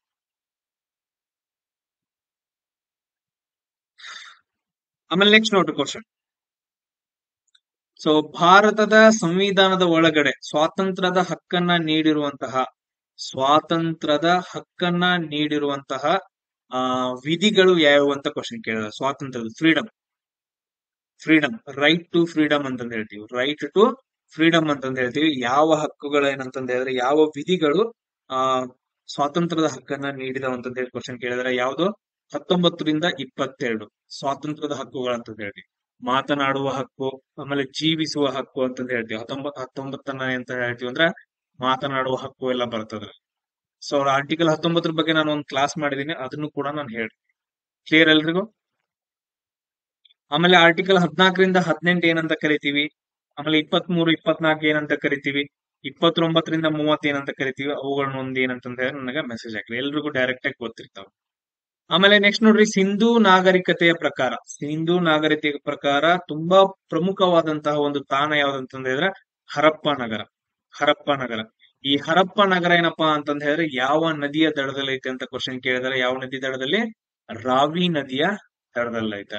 ನೋಡ್ರಿ, ಚಿನಾಬ್ ಆಗಿರ್ಬೋದು, ಬಿಯಾಸ್ ಆಗಿರ್ಬೋದು, ರಾವಿ, ಸಟ್ಲೇಜ್ ಇವು ಯಾವ ನದಿಯ ಉಪನದಿಗಳಂತಂದ ಹೇಳಿದ್ರೆ ಸಿಂಧೂ ನದಿಯ ಉಪನದಿಗಳು. ಯಾವ ನದಿ? ಸಿಂಧೂ ನದಿಯ ಉಪನದಿಗಳು. ಚಿನಾಬ್, ಬಿಯಾಸ್, ರಾವಿ, ಸಟ್ಲೇಜ್ ಅಂತ ಹೇಳಿ. ಕ್ಲಿಯರ್ ಎಲ್ರಿಗೂ? ಆಮೇಲೆ ಸಿಂಧು ನಾಗರಿಕತೆ ಬಂತು ಅಂತಂದ ಹೇಳಿದ್ರೆ ಹರಪ್ಪ ನಗರ ತುಂಬಾ ಇಂಪಾರ್ಟೆಂಟ್ ಆಗತ್ತ. ಆಮೇಲೆ ನೆಕ್ಸ್ಟ್ ಮೊಹೆಂಜೋದಾರೋ ತುಂಬಾ ಇಂಪಾರ್ಟೆಂಟ್ ಆಗತ್ತ. ಮೊಹೆಂಜೋದಾರೋ, ಆಮೇಲೆ ಲೋತಾಲ್ ಅಂತಂದ್ ಹೇಳಿ ಬರುತ್ತೆ, ಲೋತಾಲ್. ಸೊ ಅದು ಏನಂತಂದ್ ಹೇಳಿದ್ರೆ ಹಡಗು ಕಟ್ಟೆ ಅಂತಂದ್ ಹೇಳ್ತೀವಿ, ಹಡಗು ಕಟ್ಟೆ. ಸೊ ಒಂದೇ ಒಂದು ಹಡಗುಗಳ ಕಂಡು ಬಂದಂತ ಪ್ರದೇಶ ಅಂತಂದ್ ಹೇಳಿದ್ರೆ ಲೋತಾಲ್ ಅಂತಂದ್ ಹೇಳ್ತೀವಿ. ಆಮೇಲೆ ಚಾನುದಾರೋ ಅಂತಂದ್ ಹೇಳ್ತಾರ, ಚಾನುದಾರೋ ಅದು ಕೂಡ ಏನಂತಂದ್ ಹೇಳಿದ್ರೆ ತುಂಬಾ ಇಂಪಾರ್ಟೆಂಟ್, ಚಾನುದಾರೋ. ಸೊ ಇಲ್ಲಿ ಕುದುರೆ ಅವಶೇಷಗಳು ಸಿಕ್ಕಿದಾವ. ಸೊ ಕೆಲವೊಂದು ಸಿಟಿಗಳು ಬರ್ತಾವ, ಅವುಗಳನ್ನ ಆಮೇಲೆ ಡಿಸ್ಕಷನ್ ಮಾಡೋಣ. ಇವುಗಳು ನೋಟ್ಸ್ ಮಾಡ್ಕೊಳ್ರಿ ಇವಾಗ ಹೇಳಿರೋದು. ಆಮೇಲೆ ನೆಕ್ಸ್ಟ್ ನೋಡ್ರಿ, ಈ ಯೋಜನೆ ಅಡಿಯಲ್ಲಿ 1946 ನವೆಂಬರ್ ನಲ್ಲಿ ಏನ್ ಮಾಡ್ತಾರ ಅಂದ್ರೆ ಸಂವಿಧಾನ ಸಭೆಯನ್ನ ರಚನೆ ಮಾಡ್ತಾರ. 1946 ನವೆಂಬರ್ ಒಳಗಡೆ ಏನಪ್ಪಾ ಅಂತಂದ ಹೇಳಿದ್ರೆ ಸಂವಿಧಾನದ ಸಭೆಯನ್ನ ಏನಪ್ಪಾ ಅಂತಂದ್ರೆ ರಚನೆ ಮಾಡ್ತಾರ. ಯಾವ ಯೋಜನೆ ಅಡಿ? ಸೊ ಯಾವ ಪ್ಲಾನಿಂಗ್ ಪ್ರಕಾರ? ಸೊ ಇರ್ವಿನ್ ಆಯೋಗದ ಪ್ರಕಾರನ, ಅಥವಾ ಹಂಟರ್ ಕಮಿಷನ್, ಅಥವಾ ಸೈಮನ್ ಕಮಿಷನ್, ಅಥವಾ ಕ್ಯಾಬಿನೆಟ್ ಮಿಷನ್ ಅಂತಂದ್ ಹೇಳ್ತೀವಿ. ಸೊ ಯಾವ್ದ್ರ ಪ್ರಕಾರ ಅಂತಂದ್ ಹೇಳಿದ್ರೆ 1946ರಲ್ಲಿ ಕ್ಯಾಬಿನೆಟ್ ಮಿಷನ್ ಬರುತ್ತಾ. ಇವ್ರೇನ್ ಹೇಳ್ತಾರಂದ್ರ, ನೀವು ಸಂವಿಧಾನವನ್ನ ರಚನೆ ಮಾಡ್ಕೊಳಕ್ಕೆ ಒಂದ್ ಸಭೆಯನ್ನ ರೆಡಿ ಮಾಡ್ಕೊಡ್ರಿ ಅಂತಂದ್ ಹೇಳ್ತಾರ. 1942ರಲ್ಲಿ ಕ್ಯಾಬಿನೆಟ್ ಮಿಷನ್ ಅಂತ ಹೇಳ್ತೀವಿ. ಆಮೇಲೆ 1927ರಲ್ಲಿ ನಮ್ಗ್ ನೋಡಿ ನೀವು ಕೇಳಿರ್ಬೋದು, 1919ರ ಕಾಯ್ದೆ ಅಂತಂದ್ ಹೇಳ್ತೀವ. ಈ ಕಾಯ್ದೆ ಪ್ರಕಾರ ಹಲವಾರು ಪ್ರೋಗ್ರಾಮ್ಸ್ ಗಳನ್ನ ತಗೊಂಡ್ ಬಂದಿರ್ತಾರ, ರೂಲ್ಸ್ ಗಳನ್ನ ತಗೊಂಡ್ ಬಂದಿರ್ತಾರ, ಇಡೀ ಇಂಡಿಯಾದಲ್ಲಿ ಅದನ್ನ ಇಂಪ್ಲಿಮೆಂಟ್ ಮಾಡಿರ್ತಾರೆ, ಜಾರಿಗೆ ತಂದಿರ್ತಾರ. ಆ ಎಲ್ಲಾನು ಏನಂತಂದ್ ಹೇಳಿದ್ರೆ 1900 ಕಾಯ್ದೆ ಏನ್ ತಂದಿರ್ತಾರಲ್ಲ ಅದು ಕರೆಕ್ಟ್ ಆಗಿ ವರ್ಕ್ ಆಗತೈತಿ ಇಲ್ಲ, ಅಥವಾ ನಮ್ಮ ಭಾರತ ದೇಶ ಉದ್ಧಾರ ಆಗಾಯ್ತೋ ಇಲ್ಲೋ ಅಂತಂದ್ ಹೇಳ್ಬಿಟ್ಟು, ಬೆಳವಣಿಗೆ ಆಗ್ತಿದೆಯೋ ಇಲ್ಲೋ ಅಂತಂದ್ ಹೇಳಿ ಅದನ್ನ ಸ್ಟಡಿ ಮಾಡೋಕೆ ಒಂದು ಕಮಿಷನ್ ಬರುತ್ತಾ. ಅದೇ ಏನಂತ ಹೇಳ್ತೀವಿ ಅಂದ್ರೆ ಸೈಮನ್ ಕಮಿಷನ್ 1927ರಲ್ಲಿ. ಅದು ಬಂದ ನಂತರ ಅದ್ರಲ್ಲಿ ಯಾರು ಭಾರತದ ಒಬ್ರು ಇರಂಗಿಲ್ಲ. ಅದಕ್ಕೋಸ್ಕರ ಎಲ್ರು ಏನ್ ಮಾಡ್ತಾರ ಅಂದ್ರೆ, ನೀವು ಬಿಟ್ಟು ಹೋಗ್ರಿ, ನಮ್ ದೇಶವನ್ನ ಬಿಟ್ಟು ಹೋಗ್ರಿ ಅಂತಂದ್ ಹೇಳ್ಬಿಟ್ಟು ಸೈಮನ್ ಗೋ ಬ್ಯಾಕ್ ಅಂತಂದ್ ಹೇಳಿ, ಸೈಮನ್ ಹಿಂದಿರುಗಿ ಅಥವಾ ಸೈಮನ್ ಗೋ ಬ್ಯಾಕ್ ಅಂತಂದ್ ಹೇಳ್ಬಿಟ್ಟು ಘೋಷಣೆ ಕೂತ್ಕೊಂಡು ಏನ್ ಮಾಡ್ತಾರ ಅಂದ್ರೆ ಚಳುವಳಿಯನ್ನ ಮಾಡ್ತಾರ. ಅವಾಗ 1927ರಲ್ಲಿ. ಆಮೇಲೆ ಇನ್ನೊಂದ್ ಬರುತ್ತಾ ಹಂಟರ್ ಕಮಿಷನ್, ಇದು ಎಜುಕೇಶನ್ಗೂ ಬರುತ್ತಾ. ಆಮೇಲೆ ನೆಕ್ಸ್ಟ್ ಇನ್ನೊಂದ್ ಏನಪ್ಪಾ ಅಂತಂದ್ ಹೇಳಿದ್ರೆ ಜಲಿಯನ್ ವಾಲಾಬಾಗ್ ಹತ್ಯಾಕಾಂಡ ಆಗಿತ್ತಲ್ಲ, 1919ರಲ್ಲಿ ಜಲಿಯನ್ ವಾಲಾಬಾಗ್ ಹತ್ಯಾಕಾಂಡ, ಅದ್ರ ಸ್ಟಡಿ ಮಾಡಕ್ಕೂ ಕೂಡ ಏನಂತಂದ ಹೇಳಿದ್ರೆ ಹಂಟರ್ ಕಮಿಷನ್ ಬರುತ್ತೆ. ಎರಡು ಏನಂತಂದ ಹೇಳಿದ್ರೆ ಇದ್ರದ್ದು. ಆಮೇಲೆ ಇರ್ವಿನ್ ಆಯೋಗ, ದುಂಡು ಮೇಜಿನ ಸಮ್ಮೇಳನ ಅಂತ ಹೇಳ್ತೀವಿ, ಅದನ್ನ ಏನಂತಂದ ಹೇಳಿದ್ರೆ ನೆನ್ಪಿಡಿ. ಸೊ ಇಷ್ಟೇನಪ್ಪಾ ಅಂತಂದ ಹೇಳಿದ್ರೆ 1ರಿಂದ 25 ಕ್ವಶನ್ಸ್ ಗಳನ್ನ ನಾನು ಇವಾಗ ಡಿಸ್ಕಷನ್ ಮಾಡಿದೀನಿ. ನೆಕ್ಸ್ಟ್ ಏನಂದ್ರೆ 26ರಿಂದ 50 ಕ್ವಶನ್ಸ್ ಗಳನ್ನ ನಾನು ನೆಕ್ಸ್ಟ್ ವಿಡಿಯೋದಲ್ಲಿ ಅಪ್ಲೋಡ್ ಮಾಡ್ತೀನಿ. ಸೊ ಎಲ್ರು ಏನಪ್ಪಾ ಅಂತಂದ ಹೇಳಿದ್ರೆ ಕಂಪ್ಲೀಟ್ ಆಗಿ ವಿಡಿಯೋಸ್ ಅನ್ನ ನೋಡ್ರಿ, ಆಮೇಲೆ ನೋಟ್ಸ್ ಗಳನ್ನ ಮಾಡ್ಕೊಳ್ರಿ. ನಾಳೆ ಮತ್ತೆ ಸಿಗೋಣ. ಜೈ ಹಿಂದ್.